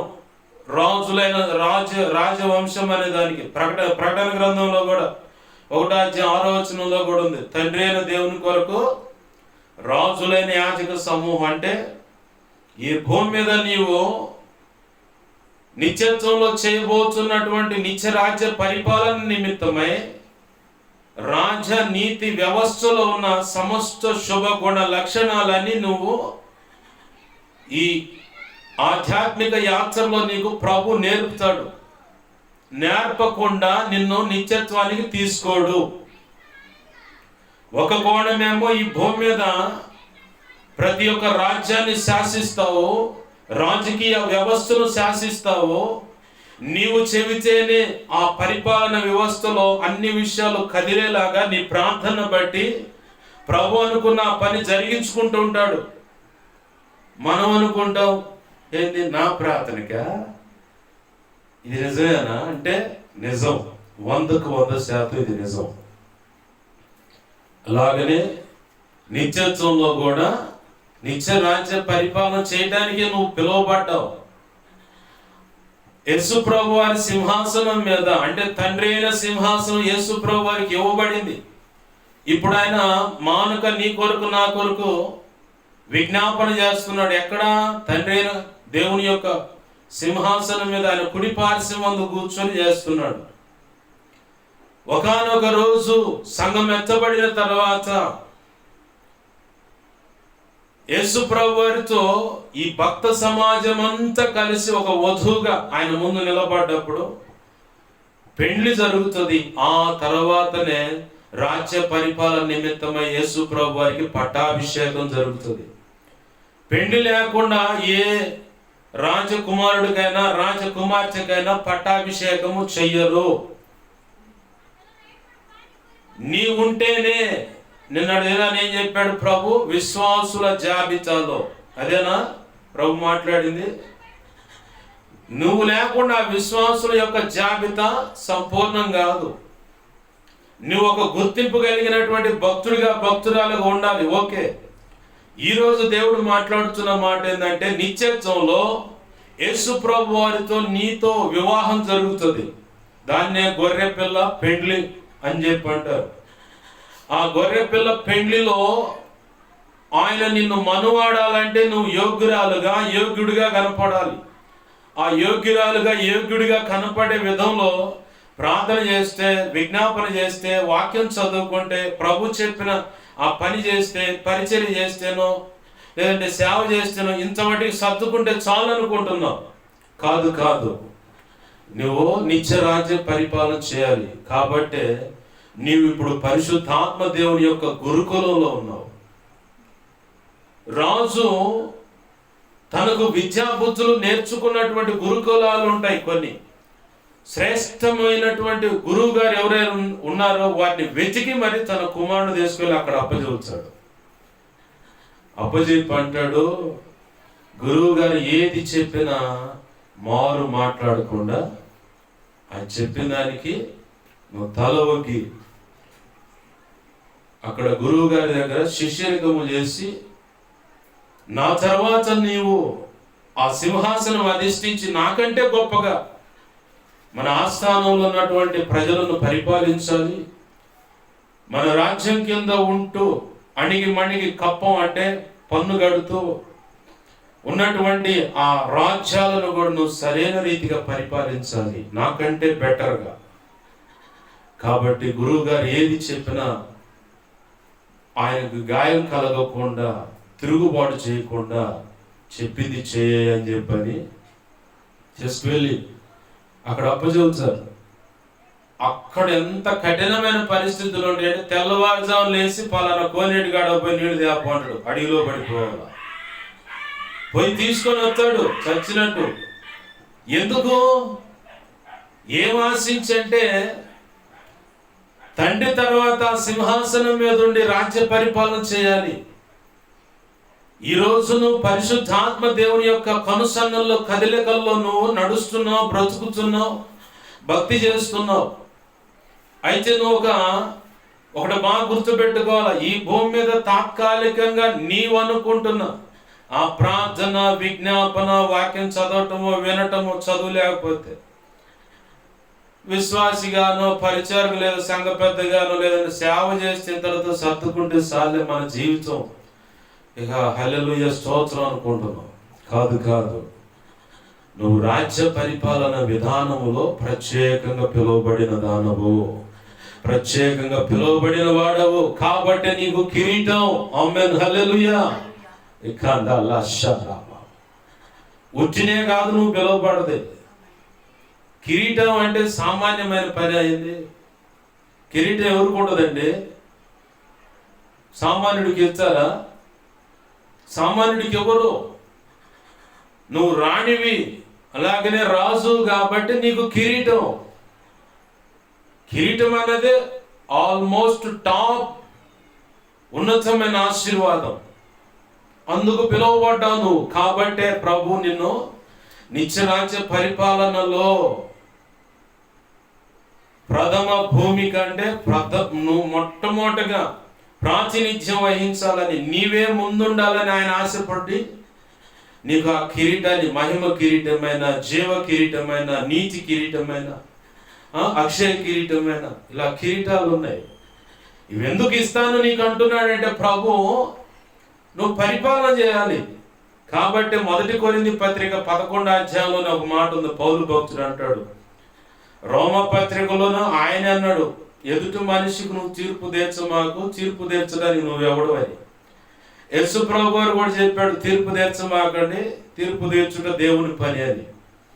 అయితే పౌలు భక్తుడు ఇంకొకరు ముందుకు అడిగేసి పరిశుద్ధాత్మ దేవుని ద్వారా ఆయన చెప్పాడు కదా, యేసు ప్రభు వారి ద్వారా అందరి సంగతులు ఏమైతే ఈ ప్రపంచానికి ఉన్నాయో వాటిలో కొంత మొత్తం యావచ్చులో చాలా మటుకు నా ద్వారా ఆయన చెబుతున్నాడు అని చెప్పాడు. ఆమేన్, హల్లెలూయా.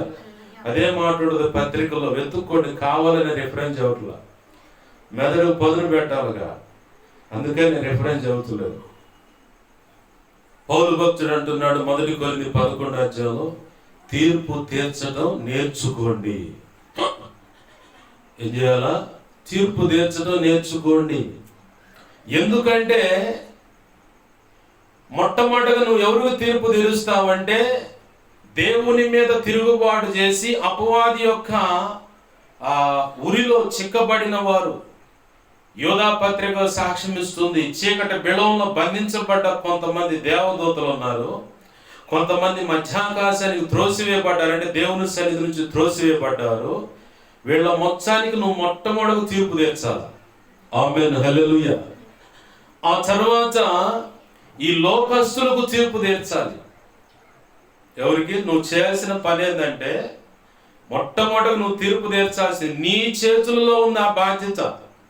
అది క్రైస్తవ ప్రపంచానికి గ్రహింపులోకి రాకుండా ఆశీర్వాదాలు, ప్రవచనాలు, అద్భుతాలు, స్వస్థతలు, సూచక్రియలు ఈ పరంపరలోనే పరిచయం కొనసాగిపోతూ ఉంది. కానీ యావత్ ప్రపంచంలో 90% ఇదే పరిచయం కొనసాగుతుంది. సంఘ క్రమాలు ఇదే కనపడుతుంది. తీర్పు తీర్చడం నువ్వు నేర్చుకోవాలి. ఎలా భాష గారు నాకు జాత కాదు అంటే పరిశుద్ధాత్మ దేవుడు అనే గురువు గారు నీకు ఉన్నాడు.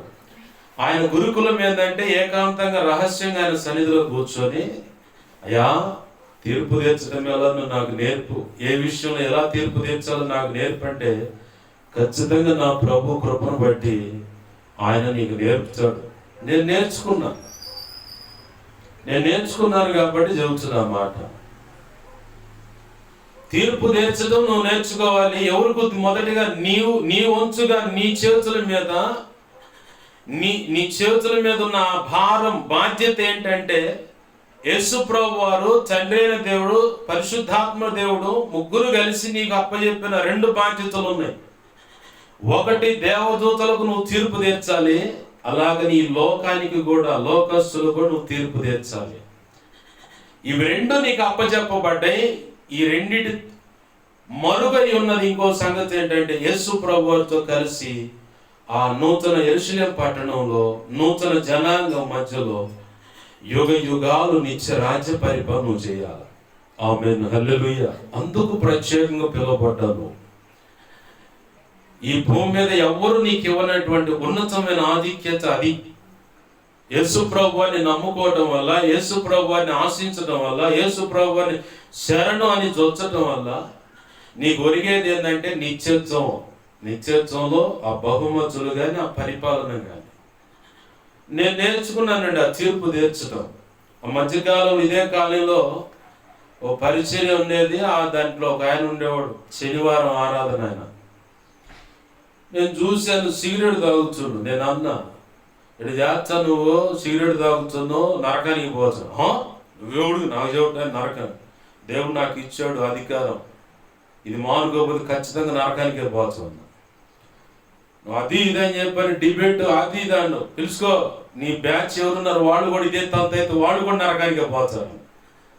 వాడు కూడా ఉండు, ఓరకు తిరుగుతూ ఉండు, తింటా, అది ఇది అని చెప్పని అంటా ఉంటే, నువ్వు ఏమన్నా అనుకో, పద్ధతి మార్చుకోకపోతే ఖచ్చితంగా నరకానికి పోతావు.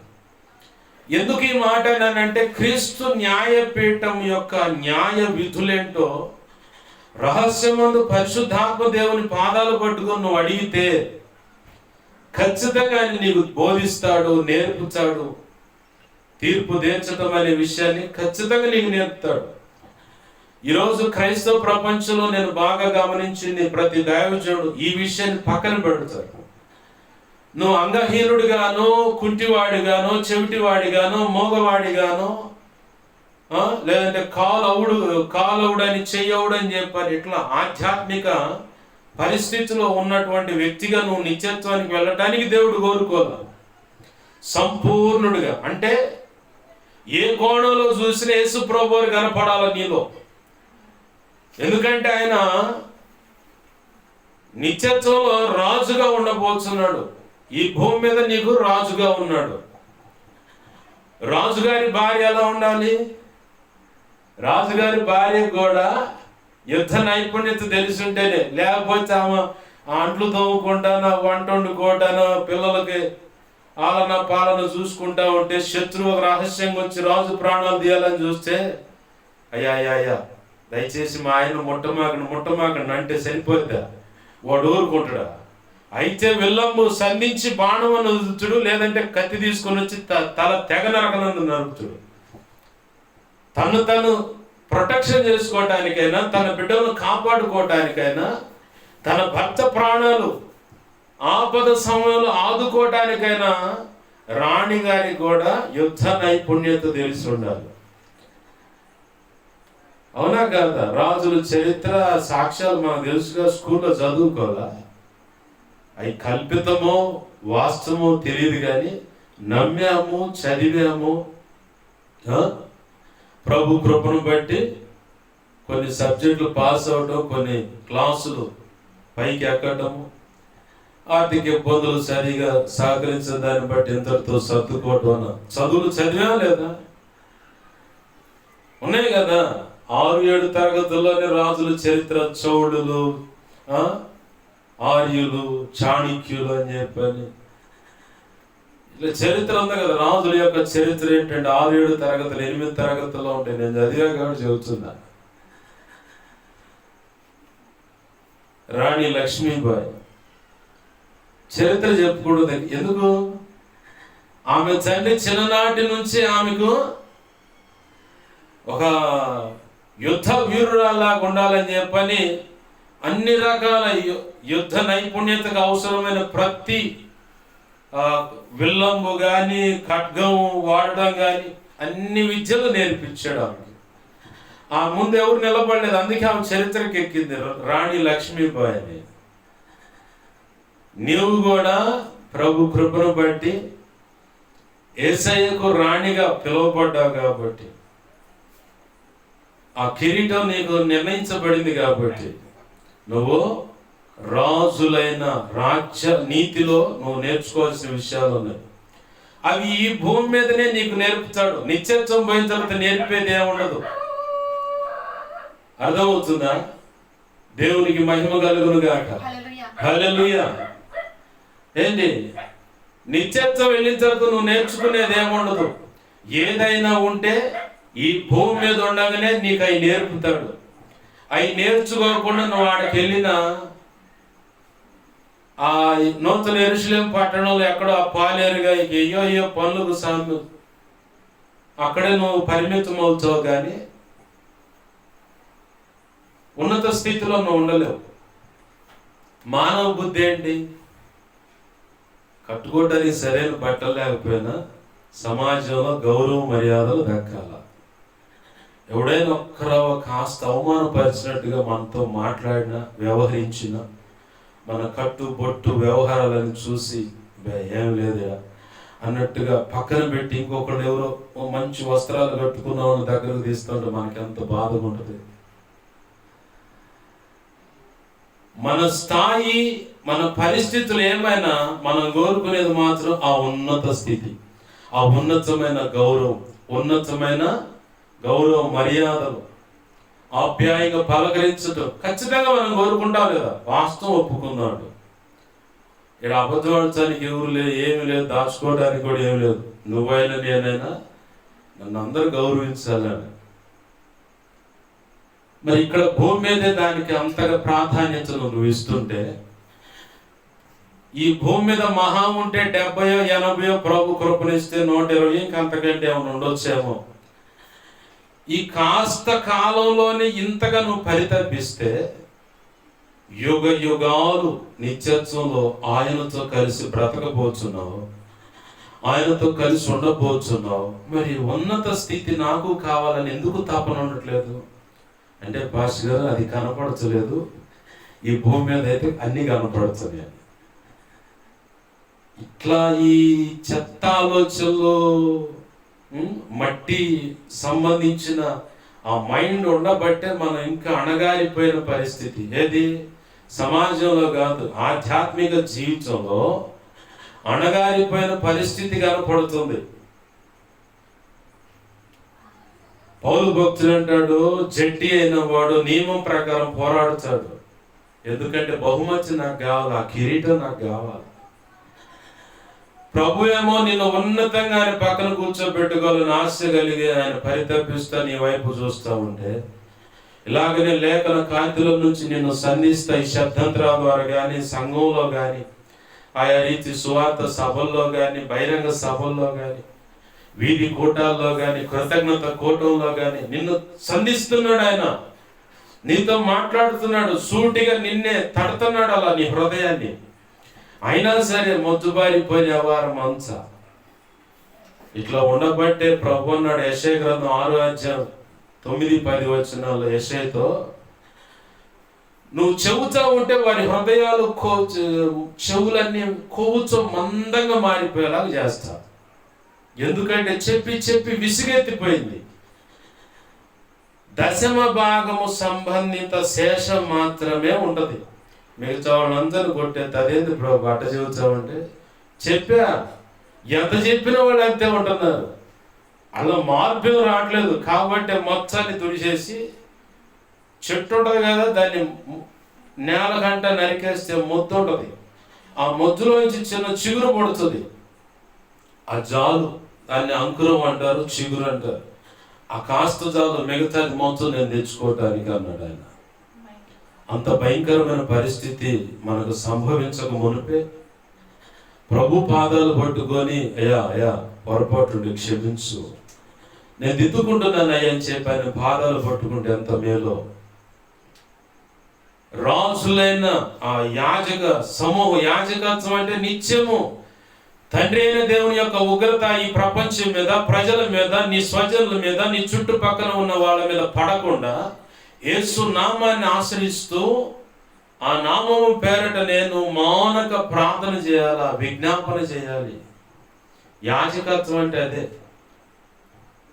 ఇజ్రాయేలీలో లేవీలైన యాజకుల దగ్గరికి పాప పరిహారార్థమైన బలి కానీ, ప్రాయశ్చిత్తార్థమైన బలి కానీ, కొన్ని బలులు ఉన్నాయి. ఆ బలులన్నీ వాళ్ళు డైరెక్ట్గా పోయి అర్పించరు. యెరూషలేము దేవాలయం ఎదుట ఆ గుమ్మంలో కూడా పోరు, ఎదుట నిలబడతారు. యాజకులు రాగాలి. ఎందుకు ఈ అర్పణ అంటే ఆ లేవి కాండంలో ఉంటుంది, నియమాలు అర్పణకు సంబంధించినవి. ఆ అర్పణలు తీసుకొని రాగానే వాళ్ళకి ఇస్తారు. అయ్యా, సంవత్సరం మొత్తం మీద మా కుటుంబం మీద ఉన్న దోషమంతా నివారణ ఉన్నట్లుగా పాప ప్రాయశ్చిత్తార్థమైన బలి తెచ్చారు. ఎన్ని కోడలు ఎన్ని తెచ్చావు, పొట్టేళ్ళు ఎన్ని తెచ్చావు, గోవులు ఏమైనా తెచ్చావా, పిండి తెచ్చావా, ఒలివ నూనె తెచ్చావా, అప్పములు తెచ్చావా, ఏమేమి తెచ్చు, నియమం ప్రకారం ఉన్నాయా? ఉన్నాయ్యా, సరే అని చెప్పని వాళ్ళు బలి అర్పణ చేస్తారు.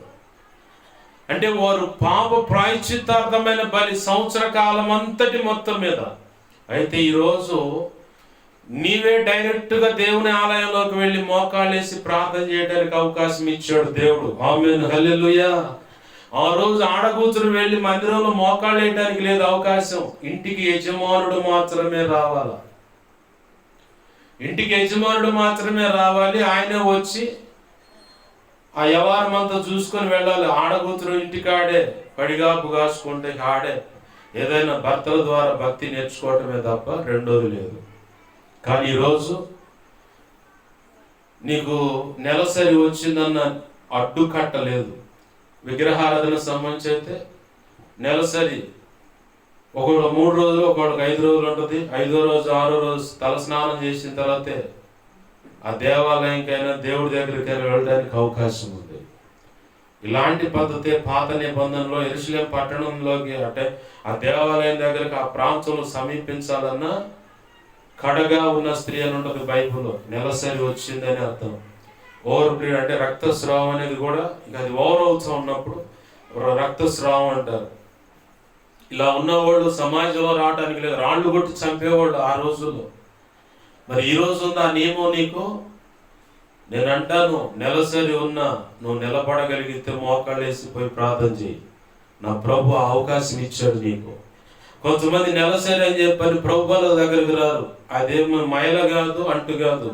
ప్రభు తన ఉన్నత కృపను బట్టి నీ దేహంలో ఆయన నీ ఆరోగ్యం కోసం, అలాగే పునరుత్పత్తి అంటే జననుత్పత్తి, పిల్లల యొక్క ఉత్పత్తి క్రమానికి ఆ నెలసరి అనే క్రమం నీ దేహంలో ప్రత్యేకంగా దేవుడు పెట్టాడు.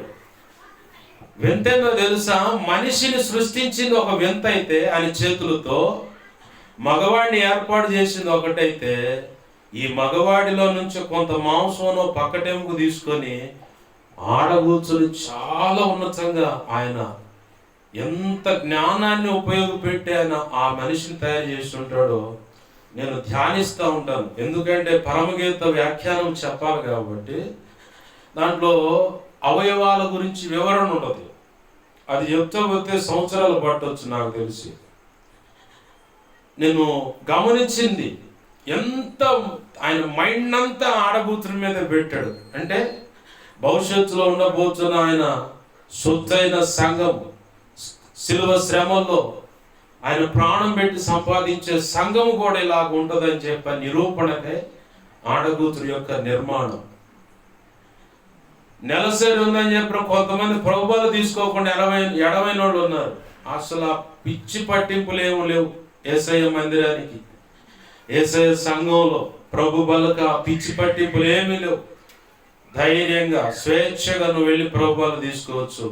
స్వేచ్ఛగా వెళ్ళి దేవుని ఆలయంలోకి వెళ్ళి మోకాళ్ళేసి ప్రార్థన చేయొచ్చు. ఒకడైతే నేను స్నానం చేయలేదన్నాడు. అడవిలో పురులు సింహాలు స్నానం చేస్తున్నాయి, పళ్ళు తోముతున్నాయా? ఒకడు కావాలని ఎడం పెడతానికి. అసలు స్నానం కాదు ప్రభు అడిగింది, నీ హృదయ శుద్ధిగా ఉంటే చాలు అన్నాడు. ఆమేన్, హల్లెలూయా. నువ్వు యాజకుడిగా ఉండాలి. నీ కుటుంబానికి నువ్వే ఇంటి పెద్దవి. ఓ తండ్రిగా ఉంటే, ఒక భర్తగా ఉంటే నీవే యజమానుడివి. ఒకవేళ నీ తండ్రి కోల్పోయి ఉన్నట్లయితే కొడుకుగా ఉంటే నీవే కుటుంబానికి యజమానుడివి. లేదు కూతురుగా ఉంటే నీవే పెద్దదానివైతే నువ్వే యజమానురాలివి నీ కుటుంబానికి. ఎందుకంటే నీ మనస్సాక్షి పనిచేస్తుంది కాబట్టి నీవే బాధ్యత తీసుకొని నీ కుటుంబానికి మధ్యవర్తిగా దేవుని యొక్క ఉగ్రత వచ్చి పడకుండా, వారు చేస్తున్న పొరపాట్లనే విషయాన్ని బట్టి ఆయన కదలకుండా, అయా క్షమించు, దర్శించు, ఈ బలహీనత నుంచి విడిపించని మొట్టమొదటిగా నీ కుటుంబానికి యాజకుడవు నీవే. అయ్యా భర్త లేడంటే, ఆడపిల్లలంటే తల్లిగా నువ్వు ఉన్నావుగా, నువ్వే యాజకురాలివి. నిన్ను అడుగుతాడు ప్రభు. నీ ఉన్న సంఘంలో ఓ సేవకుడిగా నువ్వు యాజకుడివి. నీ సంఘ బిడ్డల విషయంలో నిన్ను బాధ్యత అడుగుతాడు. ఆయన లెక్క అడుగుతాడు రేపు పొద్దున తీర్పు దినంలో. అసలు నీ సంఘం కోసం కనీసం ఉపవసించి ప్రార్థన చేసావా? ఎవరైనా దారి తప్పిపోతుంటే వాళ్ళ కోసం ఉపవసించి ప్రార్థన చేసావు అని అడుగుతాడు ఆయన. నువ్వు లెక్క చెప్పాలా. అలాగనే నీవున్న సమాజానికి ఒక విశ్వాసిగా, ఓ పరిచారకుడు లేదంటే పరిచారకురాలుగా, సంఘ పెద్దగా ఉంటే, సేవకుడిగా ఉంటే, నీవున్న సమాజానికి నీవే ఉత్తరవాది అంటే యాజకుడు నువ్వే లెక్క చెప్పాలి. నీ సమాజంలో జరుగుతున్నటువంటి అకృతాలు, అగాత్యాలు, దైవ చిత్తానికి వ్యతిరేకమైన పోకడలన్నీ చూసి నీ మనసు కదిలాకుండా, మనస్సాక్షి గుచ్చుకొని కదిలించబడి కన్నీరు గార్చకుండా బండరాయి లాగా మారిందంటే నువ్వు చచ్చిన క్రైస్తవుడుగాను, చచ్చిన క్రైస్తవురాలుగా బ్రతుకుతున్నావు. నేను అడుగుతాడు దేవుడు లెక్క. నీ ముందు ఇంత అకృతాలు, అగాయిత్యాలు, దుర్మార్గము, వ్యతిరేకత ఉంది కదా, ఎందుకని మోకాళ్ళు వేసి ప్రభు వాళ్ళు తెలియజేస్తున్నారే, కుడి ఎడములు తెలియని ప్రజలు ప్రభు, అయ్యో వారిని క్షమించు ప్రభు అని ఎందుకు ప్రార్థన చేయలేదు? నేను ఇక్కడ ప్రార్థన చేస్తుంటే విమర్శించేవాళ్ళు ఎక్కువ, మనసులో, హృదయంలో, తలంపులు, ఊహల ఆలోచన, ఎందుకు ఈ రకంగా ప్రార్థన చేస్తున్నారు? ప్రార్థన అంటే ఎంత ఉందని. అవును, లేఖనం సాక్ష్యం ఇస్తుంది. మీరు చెదరి ఆయా దేశాల ప్రాంతాలకు వెళితే ఆ సమాజం కోసం, ఆ రాష్ట్రం, జిల్లా, లేదంటే ఆ దేశం కోసం మీరు ప్రార్థన చేయాల. ఆ యోగక్షేమాల కోసం ప్రార్థన చేయాల. వారు మంచిగా ఉండాలని ప్రార్థన చేయాలి. నువ్వు ఆ ప్రార్థన చేశాడు కాబట్టి దానియేలు చరిత్రకి ఎక్కాడు. ఆమేన్, హల్లెలూయా. నువ్వు యాజకుడవు. అలాగే ఇంకేమంటుంది మాట, ఇంకో మాట ఏమంటున్నాడు? యాజకులైన సమూహమును, పరిశుద్ధ జనమును, దేవుని సొత్తైన ప్రజలు. పరిశుద్ధమైన జనము. ఇలా ఏడుంది పరిస్థితి? ఏడకాడ అపవిత్రమైన పరిస్థితులు కనపడుతున్నాయి. దేవుని పాదాలు పట్టుకొని ఆయన అడుగుదాం, అయ్యా నన్ను పరిశుద్ధమైన జనంగా ఉంచు, నీ సొత్తైన ప్రజలుగా నేను ఉండాలి ప్రభువా, నేను పరిశుద్ధమైన జనంగా ఉండాలి. ఎందుకంటే 93వ కీర్తన 5వ వచనం సాక్ష్యం ఇస్తుంది, ఆయన సన్నిధికి వెళ్ళాలంటే నువ్వు పరిశుద్ధంగా ఉండాలి. పరిశుద్ధతే ఆయన సన్నిధికి అనుకూలం. హృదయములైనా, మనసులైనా, తలంపులైనా ఏ దుర్మార్గత ఉన్నా కానీ నువ్వు దోషివే. వాటన్నిటినీ చిన్నంగా ఒక్కసారిగా బావు ఆయన పాదాలు పట్టుకుని, అయ్యా ఇది తీసే, ఇది తీసే, ఇది తీసే అంటే ఆయనే నీకు కొన్ని ట్రైనింగ్ ఇచ్చి నీకు నువ్వు తీసేసుకునేలాగా చేస్తాడు. అప్పుడు ఆయన పరిశుద్ధమైన జనంగా నువ్వు మారిపోతావు. ఇక నీలో ఏ లోపం కనపడదు. నిన్ను చూస్తే ఇంకంత యేసు ప్రభు వారే కనపడుతుంటాడు. ఏమిలో యేసు ప్రభు వారు కనపడుతున్నాడండి, ఇతనులో యేసు ప్రభు వారు కనపడుతున్నాడండి అని చెప్పని అన్యులు సాక్ష్యం ఇస్తారు నీ గురించి. క్రైస్తవత్వం సాక్ష్యం ఇవ్వటం కాదు, అన్యులు సాక్ష్యం ఇస్తారు నీ గురించి. వాళ్ళు ఇచ్చినప్పుడే నీలో యేసయ్య కనపడ్డట్టు నిర్ధారణ. ఒక వ్యక్తిని ప్రేమించే విషయంలో అయినా, ఒక వ్యక్తిని ఆదరించే విషయంలో అయినా, ఒక వ్యక్తిని క్షమించే విషయంలో అయినా నీకు ఇంకా పరిశుద్ధమైన జనాంగం అన్న విషయాన్ని స్పష్టంగా అర్థం కావడం. చిన్న మాట చెప్తాను. ఓ యవనస్తుడు, అంటే యవనస్తుడిగా ఉన్నాడు. ఇప్పుడు తన చిన్నతనంలో తన తల్లి దగ్గర నుంచి పాలు తాగే వయసు అన్నమాట, లేదా పాలు మరిచి అల్పాహారం చిన్నగా తీసుకుంటున్న వయసు. ఆ క్రమంలో తల్లి దగ్గర నుంచి ఆ బిడ్డను దొంగిలించి తీసుకువెళ్ళి వేరే చోట అమ్మేశాడు. అప్పుడు ఈ బిడ్డ ఆ అమ్మిన వ్యక్తిని గుర్తుపెట్టుకున్నాడు. సంతలో తీసుకువెళ్ళి అమ్మేశాడు. ఒక యజమానుడు తీసుకెళ్ళి కొనుక్కొని బానిసగా పని చేయించుకుంటా ఉన్నాడు. ఆ పని జరుగుతానే ఉంది, ఆ పరిస్థితులు బాగానే ఉన్నాయి. ఇతరుగా మాత్రం నన్ను నమ్మిన వాడు ఎక్కడ దొరుకుతాడా అని చెప్పని ఎత్తుక్కుంటాడు. బాగా యవన ప్రాయంలో ఉన్నాడు అన్నాను కదా. యవన ప్రాయంలోకి రాగానే యథావిధిగా ఆ ప్రాంతంలో సంత జరుగుద్ది. వారానికో నెలకు ఒకసారి. ఇప్పుడు మనకి గనక ప్రతి గురువారము బస్టాండ్ దగ్గర గేదెల సంత జరిగినట్టుగా మల్లేపల్లి ఆ ప్రాంతంలో కూడా వారానికి ఒకసారి అడవి ప్రాంతంలో ఉన్న సంపద అంతా రోడ్డు మీదకి వచ్చింది. చింత చిగురు, అడవిలో దొరికే మూలికలు, ఇవన్నీ తెలంగాణ హైదరాబాద్ దారిలో మల్లేపల్లి ఉంటుంది, రోడ్డు మీదకి వస్తుంది. ఆ లంబాడీలు అంతా అడవిలో ఉన్న సంపద అంతా తెచ్చి రోడ్డు మీద పెట్టి ఇంత నమ్ముతూ ఉంటారు. నాకు డౌట్ వచ్చాడు, ఏంటంటే సంత జరుగుతాయి ఎక్కడ అని. మనకి నర్సరావుపేటలో కూడా ప్రతి గురువారము గేదెల సంత జరుగుతుంది. ఇంతకుముందు గొప్పగానే జరిగేది, ఇప్పుడు దానికి పరిమితం అయిపోయింది అనుకో. ఏంది అట్లానే సంత జరుగుతుంటే ఆ సంతలో తన పని తాను చేసుకోలేక దయనీయమైన పరిస్థితులు ఒకడు పడి ఉన్నాడు. పడుంటే ఈ యవనస్తుడు అంటున్నాడు పెద్ద వాళ్ళ యజమానుడి దగ్గర పోయి, ఈయన కొనండి అయ్యగారు. ఎందుకురా? కొనండి అయ్యగారు అని బతిమలాడుతుంది. డబ్బులు అంటే నా చేతుల్లో కట్ చేయండి అయ్యగారు. అతను కొనండి అన్న. కొనండి అని చెప్పని, మరి ఎక్కడ పెడతావు, ఏంది అతని పని అతను చేసుకోలేకపోతుందంటే, నేను చేస్తాను అయ్యగారు, నేను చేస్తా అని చెప్పని తన ఇంట్లోనే తను కూర్చున్నటువంటి ఆ రూమ్లో పెట్టుకొని తన విధి చొప్పున ఆ యజమానుడి దగ్గరికి వెళ్ళి పనులన్నీ చక్కబెట్టుకొని వచ్చి ఈ తన పనే తను చేసుకోలేనటువంటి లాస్ట్ స్టేజ్ అనమాట. ఇక అది అతని దగ్గరకు వచ్చి అన్ని శుభ్రంగా బాత్రూమ్ కానీ అన్ని క్లీన్ చేస్తా, అంత ఆహారం అంతా ఏర్పాటు చేస్తా, చక్కగా గొడ్లు కట్టి క్షౌరం చేయించి శుభ్రంగా మంచంలో పెట్టి ఇతగాడి దగ్గరకు వచ్చిన కాడి నుంచి బాగా శక్తి పొందుకొని ఆరోగ్యకరంగా మార్చా ఉంటే ఆ యవన బిడ్డ ఆ అంత అయిపోయిన పరిస్థితుల్లో ఉన్న వ్యక్తి విషయమై అంత ఆతృతగా ఉత్సాహంగా ఏంది ఉపచారం చేస్తూ ఉంటే ఆ యజమానుడు కానీ ఆ పక్కన ఉన్న పని వాళ్ళు కానీ అడుగుతున్నారు, ఎవరురా? మీ బాబాయ్, మీ పెదనాన్న, మేనమావ, లేదంటే మీ నాన్న, ఎవరు? ఏంటంటే ఏం మాట్లాడుతున్నారు.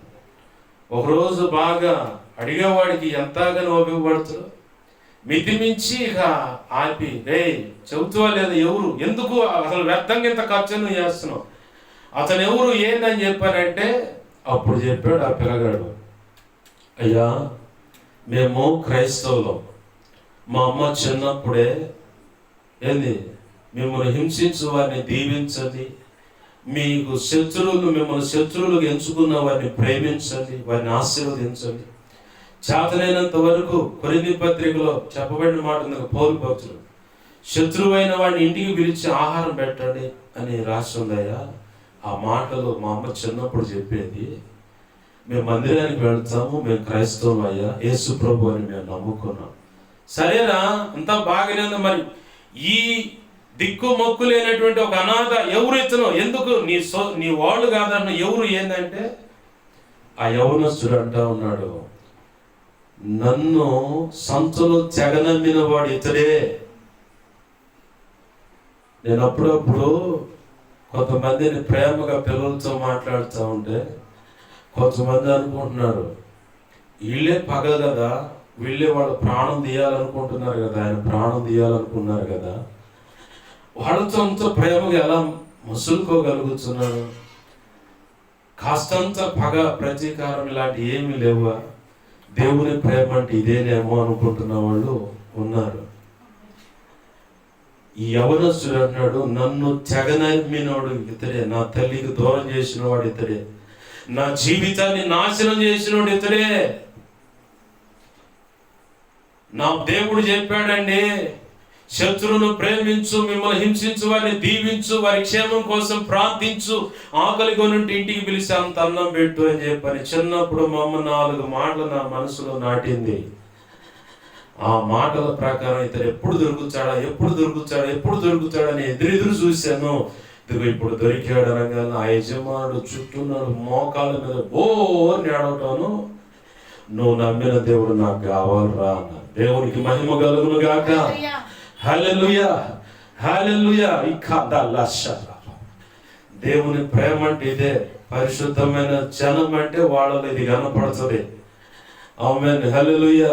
నీలో అది లేదంటే నువ్వు ఇంకా పరిశుద్ధమైన జనం కావాలా. కొద్ది గొప్ప రాకొర తాలింపు దినుసులాగా అయ్యో ఏడో బచ్చుకున్నాయి, వాటి మొత్తాన్ని మార్చేయి, నూనెలో పడేసి, పరిశుద్ధాత్మని నూనెలో పడేసి మార్చేయి. ఎందుకు పనికి రాకుండా పోతే నువ్వు ప్రయోజకరమైన పాత్రగా నిలబడతావు. ఆమేన్, హల్లెలూయా. ఇక నువ్వు కావాల్సింది ఆయన సొత్తైన ప్రజగా. సొత్తైన ప్రజకు చాలా ప్రత్యేకమైన విలువిస్తాడు ప్రభు. వాడు ఎక్కడ ఎటువంటి కుప్పి గొంతులు వేసినా ఏర తోముడు ఉంటుంది, అలాగే ఊహించనంత బహుమతి కూడా ఉంటుంది. ఆమేన్, హల్లెలూయా. ఏంది? సొత్తైన ప్రజగా నువ్వు మారాల. సొత్తైన ప్రజగా ఉంటేనే నువ్వు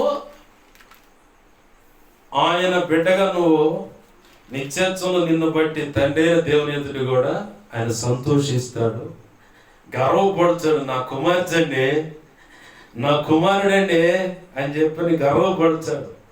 ఇప్పుడు సుమతి శతకంలోనా వేమన పద్యంలోనా కుమారుడు పుట్టంగానే ఆ తండ్రికి సంతోషం ఉండదు. కుమారుడు పుట్టి పెరిగి ప్రయోజకుడై 10 మంది ఆ కుమారుడు గురించి గొప్పగా చెబుతుంటే ఆ కుమారుని కన్న తండ్రి పిత్రోత్సాహంతో, అంటే అంటే తండ్రి ఉత్సాహం కలపడదని, పిత్రోత్సాహంతో ఆ తండ్రి సంతోషిస్తాడని చెప్పని పద్యం రాశాడు. ఇప్పుడు నువ్వు ప్రయోజకరమైన పాత్ర కాకపోతే ఆయన సంతోషమే ఉంది. నువ్వు సొత్తైన ప్రజగా కోరుకున్నాడు. ఐగుప్తు చాలా బంధకాల నుంచి ఆనాడు ఇజ్రాయిల్ను బయటకు తెచ్చాడు. ఈరోజు నిన్ను చీకటి బంధకాల నుంచి బయటకు తెచ్చాడు. ఆయన స్వకీయ సాంపాద్యం అని రాసింది దేవుని మాట. అంటే ఆయన సొత్తైన ప్రజలు తన గుండెల మీద అట్ట పెట్టుకొని తెచ్చుకున్నాడంట ఆయన. నిన్ను కూడా ఈరోజు యెషయా గ్రంథంలో మాట్లాడుతుంది, చూడు నా ఎర్ర చేతుల్లో నేను చెక్కి ఉన్నాను, ముదిమి వచ్చు వరకు చక్క పెట్టుకునేవాడను ఎత్తుకునేవాడు. అంటే 2 పనులు ఉన్నాయట. చక్క పెట్టుకునేది తల్లి, ఎత్తుకునేదేమో తండ్రి.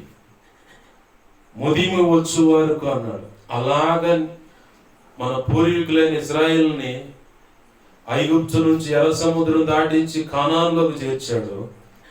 ఈరోజు నిన్ను కూడా ఆయన గుండెల మీద పెట్టుకొని తన సొత్తైన ప్రజగా నడిపిస్తున్నాడు. కొంతమంది కాదని గుండెల మీద తన్నిల్లిపోతున్న వాళ్ళు ఉన్నారు. లోకాశలు, ధనాపేక్షతో, సుఖ సౌఖ్యాలతో, సుఖ భోగాల చేత ఏడవబడి వాటి మీద మక్కువతో యేసు ప్రభువు వారి దగ్గర అరాకొర మేలు పొంది అంతే గుండెల మీద తన్నిల్లిపోతున్న వాళ్ళు ఉన్నారు. కొంతమంది విగ్రహారాధన చేస్తూ, భక్తి చేస్తూ, ప్రభువులు చేయిస్తూ తన్నుతున్న వాళ్ళు ఉన్నారు. కొంతమంది ఏమో ఆయన ప్రణాళికలో నిర్ణయింపబడిన వారై ఉండి కాదని దాన్ని పక్కకు నెట్టి నా ఇష్టం, నా సౌఖ్యం, నా సంతోషం, నేను అనుకున్న ఊహా ప్రపంచం ఇలా ఉంది, ఇది కరెక్ట్ కాదు. నేను చెప్పనా, అపవాదిగాడు నిన్ను మాయ చేస్తున్నాడు. వాడు మాయ చేస్తున్నాడు. వాడి మాయ ఎలా ఉంటుందో చాలా మంది చెప్తా ఉంటే, గతంలో కూడా నేను కూడా చెప్పిన మాటలు విన్నదాన్ని బట్టి, 2 దొంగలు, బాగా తినమరిగిన దొంగలు, ఏ రాజుకు మంచి వస్త్రాల పిచ్చుందో వాళ్ళని కనుక్కోవడం ఎతకటం మొదలు పెట్టాడు. ఓ రాజు దొరికాడు. వస్త్రాలంటే పిచ్చి. రాజులకున్న పైత్యం ఏంటంటే, ఉంటే రాజభవంతి గొప్పగా ఉండాలని, అందరికంటే గొప్పదనిపించుకోవాలని భవంతులు కడతారు. అలాగే వాళ్ళు పెట్టుకునే కిరీటం గొప్పదని చెప్పుకునేలాగా కడియమైన, కత్తెన, సింహాసనమైన, ఆయన కూర్చునేటువంటి పరిపాలన చేసే ఆవరణంలో ఉన్నటువంటి అటు ఇటు సింహాసనాలైనా ఆ యొక్క అలంకరణ అయినా ఇంత గొప్పగా ఉండాలని కోరుకుంటారు. వాళ్ళు వేసిన వస్త్రాలు కూడా గొప్పగా అందరూ చెప్పుకోవాలి, రాజవస్త్రం మామూలు విషయం అని చెప్పని. ఈ పైత్యం బాగా ఉన్న రాజు దొరికాడు ఈ దొంగలకి. వచ్చారు, మీ రాజుగారి గురించి అడిగాము, అక్కడక్కడ ఎంక్వైరీ చేశాము, అసలు ఎంత గొప్ప మంచి రాజు తెలిసింది అనగానే ఈ మధ్య రూపిపోయిండు. ఏంటయ్యా సంగతి అంటే, దేవతా వస్త్రాలు వేస్తాం. ఏ వస్త్రాలు? దేవతా వస్త్రాలు. అవునా అయ్యేటువంటి అంటే, స్వర్గంలో వేసుకునే దేవతలు ఉన్నారే వాళ్ళు వేసుకునే వస్త్రాలండి అంటే, అబ్బో అని చెప్పని మా అయ్యగారు కరెక్ట్ దొరికారని చెప్పని, అయ్యగారు ఏందిరా, స్వర్గంలో దేవతలు వేసుకునే వస్త్రాలు వేసేవాళ్ళు పనోళ్ళు వచ్చారండి, నమ్మకమేనా? కరెక్టేనండి, అన్ని విధాలు ఆరాధీసావా? అవునండి, సరే పట్రా. వచ్చారు చెప్పారు, 40 రోజులు పడుతుంది లేదా 30 రోజులు. 30 రోజులు అనుకుందాం, మనకు అర్థం కావడానికే. కాబట్టి ఇది ఒక సబ్జెక్టు నీకు వివరంగా ఎక్కటానికి మాత్రమే ఈ మాట చెబుతుంది. తెచ్చారు, చెప్పారు. వాళ్ళు ఏమన్నారంటే, రాజా మేము వేసే వస్త్రాలు బుద్ధిహీనుడికి మూర్ఖుడికి కనపడవు. ఎవరికి? బుద్ధిహీనుడికి మూర్ఖుడికి కనపడవు. నాకు తెలిసి మీ అంత జ్ఞానవంతులు ఎవరు? అవునవును, ఎవరు ఏ మామూలు విషయం అని చెప్పి ఆయన ఒప్పొంగిపోవచ్చు. సరే, అరే అబ్బాయి వీళ్ళు చూపించండి, వీళ్ళ ఉండటానికి మగ్గముడి చేతిలో పెట్టుకున్నారు. ఇంకంతే ఏమి లేవు వాళ్ళ దగ్గర.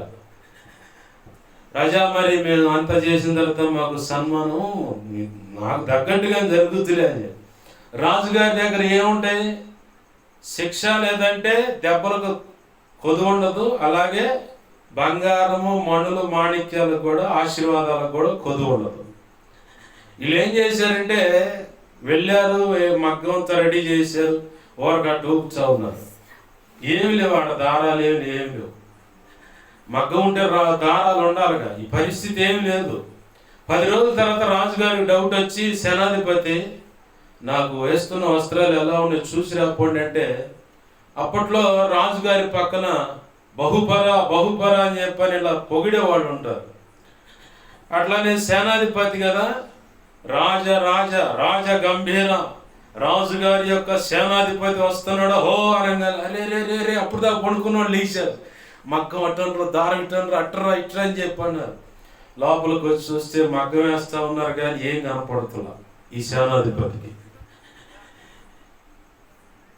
ఏం సేనాధిపతి గారు ఎలా ఉన్నాయి రాజవస్త్రాలు? ఇప్పుడే 10 రోజులు అయింది పని మొదలు పెట్టంటే ఈయనకు డౌట్, ఏం కనపడుతులా. ఏందిరా అంటేనేమో వాళ్ళు చెప్పిన మాట ఉందిగా, బుద్ధిహీనులకు మూర్ఖులకి కనపడాలి. కనపడచలేదంటే ఇతని ఉద్యోగం ఊస్ట్ అయిపోద్ది. నాకెందుకు, నలుగురితో నతానేలు గుంపులో గొర్రె అని చెప్పని పోయి, అప్ప మామూలుగా ఉన్నాయా రాజా వస్త్రాలు?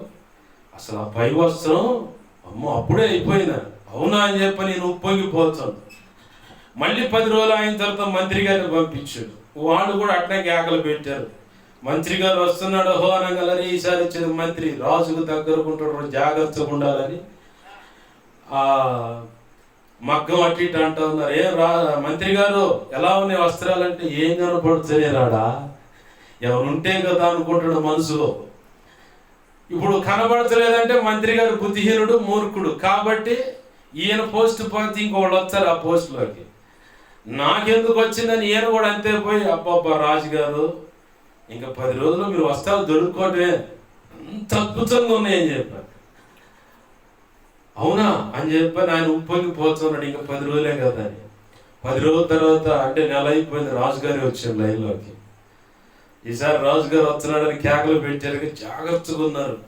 రాజుగారు ఒక్క 10 నిమిషాలు టైం ఇవ్వండి, మేమంతా పూర్తి చేస్తా ఉన్నారు. ఈ రాజుకి ఏం కనపడుతుందా? ఇప్పుడు రాజుకి ఏం కనపడితే ఏమంటారు, ప్రజలు మొత్తం తిరగబడి తంతారు, లేదంటే చంపుతారు, ఇంకోటి తెచ్చాడు పెడతారు. బుద్ధిహీనుడికి మూర్ఖుడికి కనపడవన్నారు. ఇప్పుడు బుద్ధిహీనుడు అంటే నేను తేడా, మూర్ఖుడు అంటే నేనే తేడా. మూర్ఖుడైన ఎవడైనా పెట్టుకుంటారా? జక్కల సినిమాలు అట్టుకుంటా. అక్కినేని నాగేశ్వరరావు గారు కొమ్మకి యువతలు కూర్చున్నారు అనుకుంటారు. ఓరే ఏందిరా ఆడ కూర్చున్నావు, ఆడ కూర్చున్నావు ఏందిరా అని చెప్పండి, నాయనో నేను కొమ్మ ఒకేసారి కిందకు వచ్చాను. డైలాగ్ చిన్నప్పుడు చూసే కాబట్టి గుర్తుంది. అబ్బా సరైన అల్లుడు దొరికిండండి, 15 తీసుకెళ్ళి రాజుగా చేస్తారు. ఏంది ఇప్పుడు ఈయన కూడా మూర్ఖుడేగా పని చేసేది. తెలియగలవాడు ఏం చేస్తారు, ఆ దరి పక్క కూర్చొని ఈ దారిన కొమ్మ నరుకుతాడు. తెక్కలోడే మూర్ఖుడు ఏం చేస్తాడంటే ఈ దారిన కూర్చొని ఒకేసారి కొమ్మ, మొన్న మంచిది వీడియోలో కొమ్మ కెవుతాలు కూర్చొని నరుక్కుండా అంటే అంతే కింద పడ్డం, అంతే పోయాడు. ఇట్లాంటి వైరల్ కూడా ఒకటి వచ్చింది మొన్న మంచి వీడియో. ఇక రాజుగారికి వస్త్రాలు మీద ఉన్న వస్త్రాలన్నీ తీసేసి వీళ్ళేదో ప్రత్యేకంగా వస్త్రాలు తొడిగినట్టుగా తొడిగి, రాజా మరి ఏంది వస్త్రాలు ఎలా అంటే, అబ్బబ్బా మోహం మామూలుగా లేవు అంటాడు. ఏమి లేదు ఆడ, ఏం కనపడతలేదంటే ఈయన బుద్ధిహీనుడు అవుతాడు, మూర్ఖుడు అవుతాడు. చివరికి బహుమతి పొందుకున్నారు. దొరికిచ్చే చంపేస్తారని వాళ్ళు వారిపోయారు. రాజుగారిని మాత్రం గుర్రం మీద ఎక్కించి ఇక ఊరేగండి అని వాళ్ళు ముందుగానే అన్ని రెడీ చేసి పంపించారు. ఊరేగింపులో ఉంటే ఇవి తేడా పడ్డంటే వాడాడు దొరుకుతుడు, వాడు ఎమ్మడిని దొరుకుతుడు కదా. ఊరేగింపులో లేకపోతే ఎమ్మడిని దొరుకుతుడు కాబట్టి ఊరేగింపులో గట్ట పంపించి వీళ్ళు తుర్రమని పారారయ్యారు. బాగా నడుస్తుండగా ఒక పిల్లగాడికి డౌట్ వచ్చింది. అమ్మా రాజుగారి ఒంటి మీద గుడ్డలు లేవే అంటాడు. బొమ్మలు ఎరిపోయింది ఎందుకురా నీకు, మొత్తాన్ని చంపుతాను అంటాడు ఆ తల్లి. కాదమ్మా నిజమా అని చూసి అందరికీ దిగంబరుడిగా కనపడచ్చు. కొంత దూరం అయితే కుసలాడుతూ ఉంటే మంత్రిని అడుగుతుండు రాజు. మంత్రి, నా దేవతా వస్త్రాలు చూసి ప్రజలేమనుకుంటున్నారంటే ఓరుమని అడుగుతాయ్యా, దొంగలు మనం మోసం చేశారయ్యా, నీ ఒంటి మీద నూలు పోగులు ఏదయ్యా అనగానే మంత్రి మీద ఉన్న వస్త్రాన్ని లాక్కొని ఇంతే పొరా సిగ్గు కప్పుకొని. ఎందుకు ఇదంతా చెప్పానంటే నవ్వుకోవటానికి కాదు, కానీ సైతాన్ గాడు కూడా చేసేది ఇంతే. ఆ రంగుల ప్రపంచాన్ని చూపించి నా జీవితం ఇట్లా విలాసవంతంగా ఉండాలి, అట్టుండాలి ఇట్టుండాలా, సేవ అంటే నిందలు అవమానాలు, ఈ వాదం దేవుడు పడుతుడు అని చెప్పని వాడు నీకు ఎట్లుండదంటే గోబర్ బయోగ్యాస్ ఉంటుంది. గేదెలు పేడ తెచ్చి ఆ గుంతలు వేస్తే అది ఉబ్బుతా వస్తూ ఉంటుంది గ్యాస్. ఆ టైపులో నీకు కొడుతూ ఉంటాడు వాడు. రకరకాల ఆలోచనలు, రకరకాల ప్రపంచాలు, రకరకాల అభిరుచులు చూపిస్తా నా జీవితం ఎట్లుండాలనుకున్నా అట్లుండాలనుకున్నా దేవుడు సేవ విడుచుడు, నాకు అసలు నచ్చట్లేదు. దుమ్ము చనువు దీనిగా మొత్తం లైన్లోకి అట్లా లైన్లో పడ్డ వాళ్ళు నేను కూడా ఒకడినే. అపవాదిగాడు చేసి వ్యవహారం ఇదే. దయచేసి నువ్వు ఆయన సొత్తైన ప్రజగా ఉండాలని ఆయన కోరుకుంటా ఉన్నాడు. ఆయన సొత్తైన ప్రజగా ఉంటే ఆయన ఇచ్చే ఆశీర్వాదం. చివరిగా చదువుకున్న వాక్యాలు చూడండి. ద్వితీయోపదేశకాండము 2వ అధ్యాయము 25వ వచనం. నేడు నేను నీ వలని భయము, నీ వలని వెరపు ఆకాశము కిందున్న సమస్త దేశముల వారికి పుట్టింప మొదలు పెట్టుచున్నాను. వారు నిన్ను గూర్చిన సమాచారం విని నీ ఎదుట వణికి మనోవేదన నొందుదురు. ఆమేన్, హల్లెలూయా. ఐగుప్తు నుంచి బయటకు వస్తున్న ఇశ్రాయేల్ ప్రజల విషయంలో చెప్తున్న రెండోసారి చెప్తున్న మాట ఇది. ఇంకా కొన్నాళ్ళు మోషే వెళ్ళిపోతాడు, దేవుని పిలుపునందుకొని చనిపో, ఆ కొండ ఎక్కండి వెళ్ళిపోతాడు. ఆ సమయంలో చెప్తున్న మాట, నిన్ను చూస్తే ఏంది ఎవరికైనా ఉందండి ఇంత గొప్ప ఆశీర్వాదం. ఇప్పుడు ఇజ్రాయెల్ దేశాన్ని చూస్తే ఒక్కొక్కడు కొనుక్కు. ప్రపంచం మొత్తాన్ని ఇప్పుడు TV9లో కానీ ఇప్పుడు భయంకరంగా స్క్రోలింగ్ చేస్తున్నారు. ఏంటి ఇజ్రాయెల్ యొక్క ప్రాధాన్యత, ఇజ్రాయెల్ యొక్క ప్రత్యేకత ఏంటి, ఇజ్రాయెల్ ఎందుకు అంత ప్రపంచ దేశాలను శాసిస్తుందంటే జీవము గల దేవుడు ఉన్నాడు వారికి. ఆమేన్, హల్లెలూయా. ఇరాన్ యొక్క ప్రధానమంత్రి ఇజ్రాయెల్ అనే దేశం ప్రపంచ పటంలో లేకుండా తుడిచేస్తానన్నాడు. ఆయనే పోయాడు హెలికాప్టర్ ప్రమాదంలో. ఆయనతో పాటు అధికారులు ఏరియల్ సర్వే చేస్తుంటే ఏమైందో తెలియదు, బ్లాస్ట్ అయితే మొక్కలు ఎత్తకొచ్చుకున్నారు వాళ్ళు. దేవుని పిల్లలకు ఎదురు తిరిగి ఒక మాట అన్నా, దేవుని పిల్లలకు ఎదురు పోయిన ఇప్పుడు హమాస్, గాజా, పాలిస్తీనా, ఇస్మాయిల్ సంతానం సంబంధించిన 12 దేశాలు, ఇజ్రాయెల్ దేశం అంటే గిట్టన 10 దేశాలు, 22 దేశాలు కలిసి ఇజ్రాయెల్ దేశం మీద పోరాడుతున్నాయి. అయినా చలనం లేదు. కారణం ఏందో తెలుసా? వారి పక్షంగా నిలబడింది సైన్యములకు అధిపతి యెహోవా. ఆయన యుద్ధం చేస్తున్నాడు. ఈనాడు కూడా నీవు ఆయన సొత్తైన ప్రజగా ఉంటే నిన్ను బట్టి ఇలా అంటున్నాడు ఆయన, నీ వలని భయం, నీ వలని వెరుపు అంటే సడన్గా ఏదైనా శబ్దమైన పడగానే ఒళ్ళంతా అలసడు వచ్చి అదురుపోతామే. ఆ అదురే వెరుపు అంటే. ఆ తర్వాత ఆ వెరుపు అనేది ఆకాశము క్రిందనున్న సమస్త దేశముల వారికి పుట్టింప మొదలు పెట్టుచున్నాను. ఆమేన్, హల్లెలూయా. వారు నిన్ను గూర్చిన సమాచారం విని నీ ఎదుట నుండి వణుకి మనోవేదన నొందుదురంటే ఇక అది వదిలిపెట్టదు.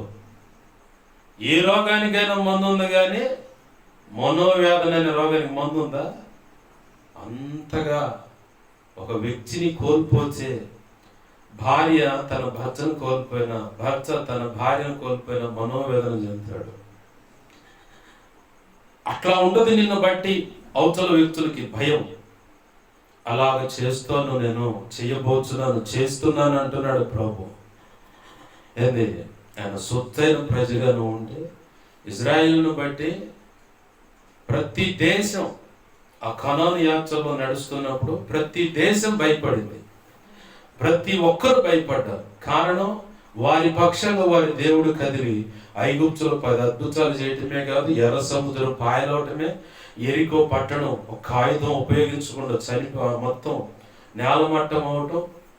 ఈ పైన రాసి ఉంటుంది, ఒక రాజు అట, అయ్యా డబ్బులు ఇస్తాము, నీళ్ళకి తిండికి ఏదైనా డబ్బులు ఇస్తాము, మమ్మల్ని దాటాలని అంటే ఎదురొచ్చాడు. వాళ్ళే అమాలేకీయులు.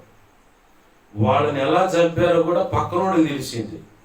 కనాను దేశానికి తెలిసింది. ఎన్నో దేశాలు దాటిపోవాలా. కనాను దేశంలో ఉంది కదా రాహబ్ అనే వేశ్య. అంటుంది, అమ్మో అమ్మమ్మో, మీ దేవుడు మీ పక్షంగా కదిలి చేసిన అద్భుతాల కార్యాలు మా గుండెలు అవిసిపోయాయి. ఈ భయము ఈరోజు నీతో కూడా మాట్లాడుతున్నాడు. నిన్ను బట్టి అవతల వ్యక్తులకు, ప్రపంచ దేశాల్లో ఉన్న ప్రతి ఒక్కరికి కూడా, ప్రపంచ దేశాలకు కూడా నిన్ను బట్టి ఆ భయము, ఆ వణుకు, ఆ వెరపు అనేది, మనోవేదన అనేది నేను పుట్టిస్తాను. నువ్వు నా సొత్తైన ప్రజగా నిలబడుతున్నాడు. ఈరోజు దేవుడు నీకు ఇస్తున్న ఆశీర్వాదం, నీ బిడ్డల విషయం ఇస్తున్న ఆశీర్వాదం. దేవుని పాదాలు పట్టుకొని, ఆయన పాదాలు పట్టుకొని ప్రార్థన చేద్దాం. రండి ప్రభువా కనికరించయ్యా అని అడుగుదాం. ఉపదేశం అయిపోయింది, ఇక దేవుని పాదాలు పట్టుకుందాం. రండి దేవుణ్ణి అడుగుదాం. నువ్వు ఎలా ఉండాలనుకుంటున్నావు? పేతురు పత్రికలో చెప్పినట్లుగా సరిచేయబడటానికి ఇష్టపడుతున్నావా? లేదు పాస్టర్ గారు, నా జీవితం నా ఇష్టం అంటే నిన్నేమండ ప్రభు స్వేచ్ఛనిచ్చాడు. ఓ ఇజ్రాయేలీనము, జీవమును మరణమును కీడు శాపాన్ని ఎదుటి పెడుతున్నా, ఆశీర్వాదాన్ని కూడా ఎదుటి పెడుతున్నా. ఏది తీసుకుంటావో అదే నీకు స్వతంత్రించుకుంటావు. నువ్వు తీసుకునే నిర్ణయాన్ని బట్టి నీ జీవితము, ఆశీర్వాదం ఆధారపడింది. శావా, ఈ అవమానం, నిందలు, ఈ కరువు, ఇక్కట్లు, ఇబ్బందులు నాకు వద్దనుకుంటా పో. నీ స్థానంలోకి ఇంకోళ్ళు వస్తారు, వాడు దేవుడు కృపను బట్టి వాడబడతారు, దేవుని పొందుతారు. సౌలు చెప్పిన మాట పక్కన పెడితే దావీదు ప్రయోజకరమైన పాత్ర అయ్యాడు. తప్పున సరిచేయబడ్డాడు, ఆయన కృప పొందుకున్నాడు. రండి దేవుని పాదాలు పట్టుకొని దేవుని అడుగుతాం. ఈ మాటలను బట్టి దేవుడు నీతో ఏం మాట్లాడాడు? సూటిగా ప్రతి విషయంలో నాతో మాట్లాడుతూనే ఉన్నాడయ్యా దేవుడు అంటావా? దేవుని పాదాలు పట్టుకో. పేతురు పత్రికలో దేవుని మాట చెప్తా ఉంది, పరిశుద్ధమైన జనముగాను, రాజులేని యాజకులుగాను, ఆయన గుణాతిశయములను ప్రచురించ నిమిత్తమై నువ్వు ప్రత్యేకంగా పిలువబడ్డావని లేఖనం సాక్ష్యం ఇస్తూ ఉంది.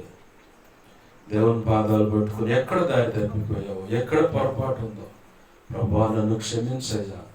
నేను ఈరోజు ఇదిగో ఈ వర్తమానంగా నాతో మాట్లాడుతున్నావు, దేవుడు నాతోనే సూటిగా మాట్లాడుతున్నావు. నీవు దైవజనురాలా, దైవజనుడా, దేవుని రక్తంలో కడగబడిన దేవుని పిల్లలారా, పరిచారకులు, అలాగే సంఘ పెద్దలుగా నీతో కూడా మాట్లాడుతున్నాడు దేవుడు. రక్షణ లేకుండా రక్షణ సంకల్పంలో పిలువబడుతూ దేవుని యొక్క సేవకురాలుగా ఏంది నువ్వు పిలువబడ్డావు. సార్వత్రిక సంఘ సంస్కరణ పని నిమిత్తం పిలువబడ్డావు.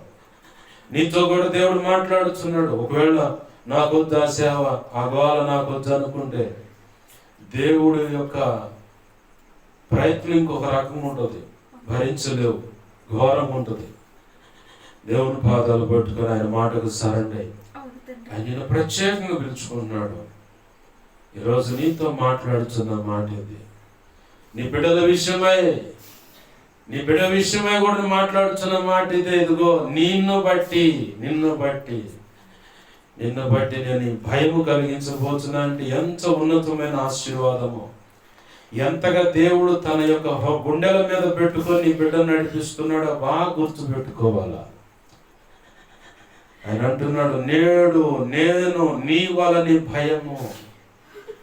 ఎంతగా నీ బిడ్డను, ఈరోజు నీ కుమార్తె యొక్క పుట్టినరోజు అన్న ఇదే నీ బిడ్డకి ఇస్తున్న వాగ్దానం ఇది. దేవుడు ఉన్నతమైన ఆశీర్వాదం ఇది.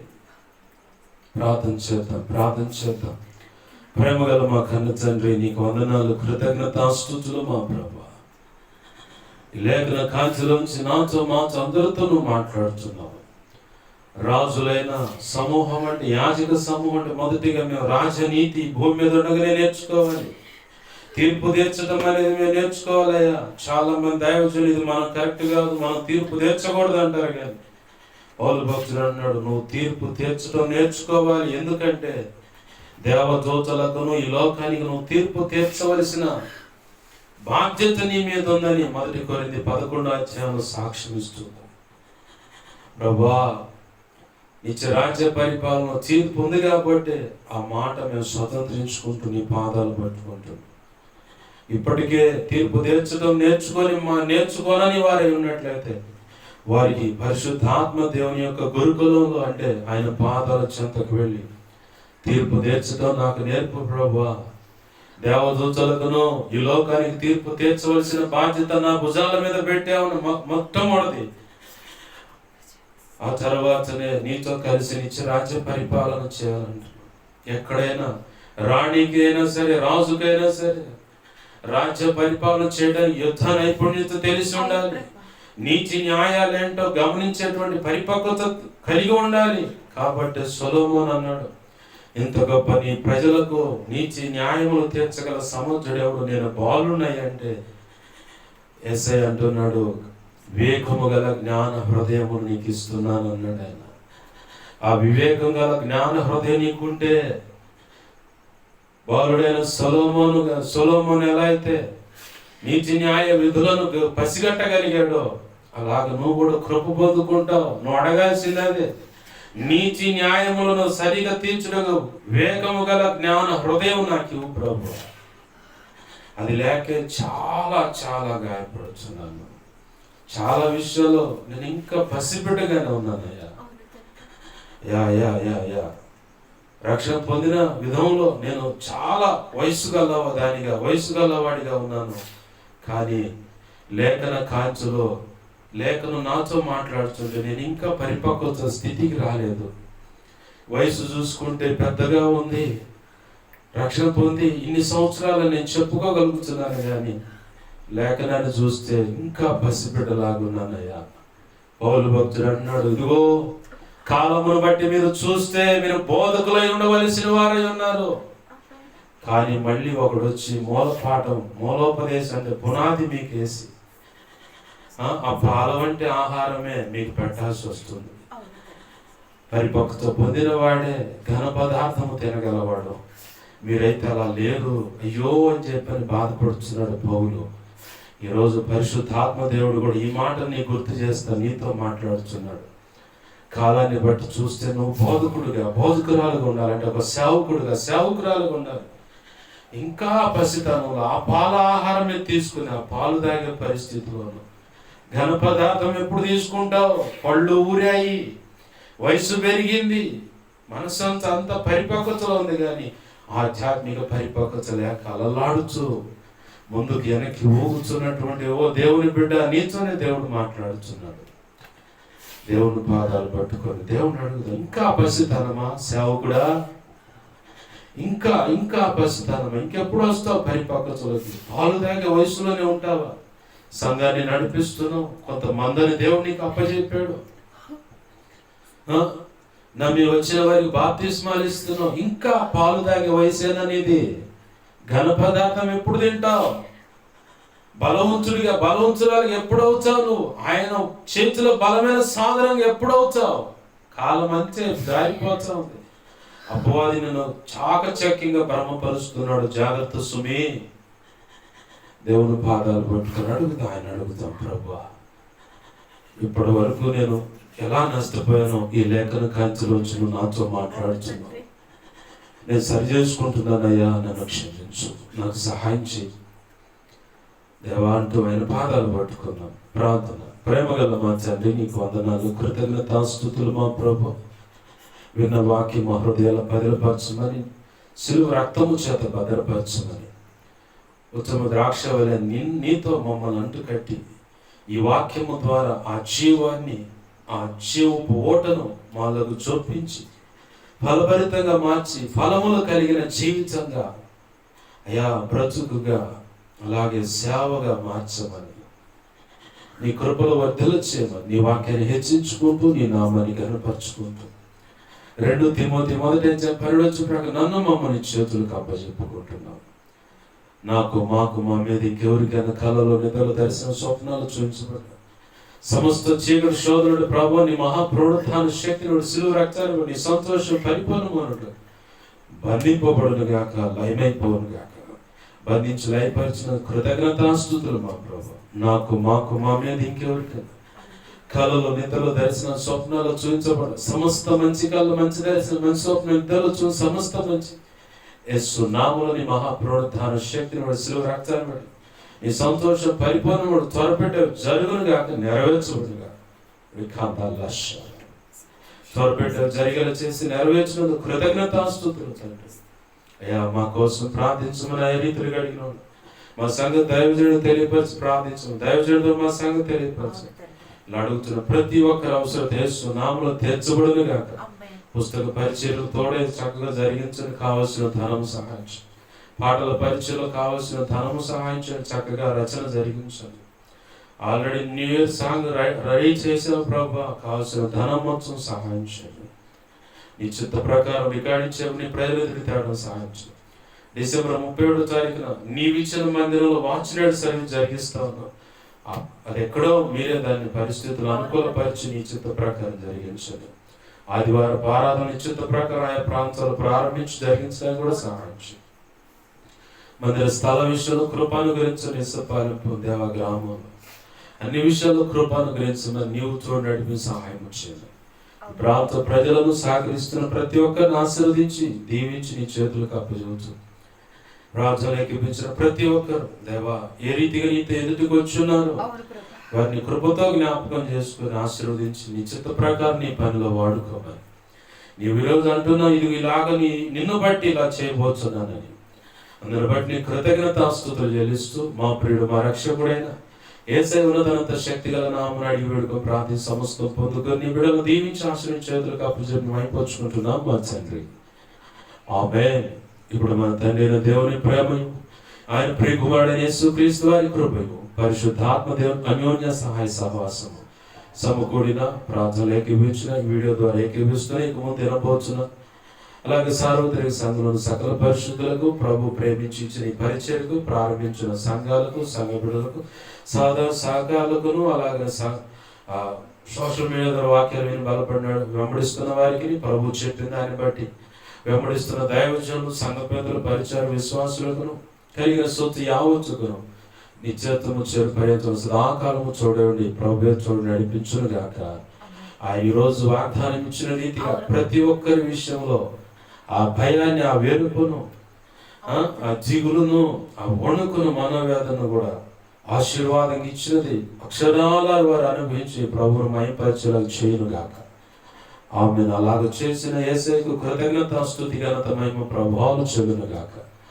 ఆమేన్. యేసు రక్తమునకేచే ప్రభు యేసు రక్తమునకేచే ప్రభు యేసు నామమున సంపూర్ణమైన విజయం కలుగును గాక. ఆమేన్. అపవాది వాడితో చీకటి అంధకార శక్తులకి అవెంత ప్రమాదకర మాదిరికి ప్రయోగం అవి ఏవైనా సరే వాటి అన్నిటికీ అనంతనాశనం, సర్వనాశనం, నిత్యనాశనం కలుగును గాక. ఆమేన్. యుద్ధం యెహోవాది. వాటిని ఆశ్రయించిన వారిని దేవానికి అప్పజెపు యెహోవాయే. యేసు రక్తమునకి జయము జయము జయం. ఆమేన్. హల్లెలూయా హల్లెలూయా హల్లెలూయా. అందరికి వందనాలు. ప్రభు యొక్క మహా ఉచిత కృప మనందరికీ చూడండి నడిపించును గాక. ఇంతవరకు ఓర్చుకొని సహకరించిన మీ అందరినీ కూడా ప్రభు ఆధ్యాత్మిక భౌతిక ఆర్థిక ఆరోగ్యపరంగా అన్ని విధాలు ఆశీర్వదించి వర్ధలు చేసి రక్షించి ఆయన పని జరిగించుకుని గాక. ఆమేన్. ఆమేన్. అందరికీ వందనాలు.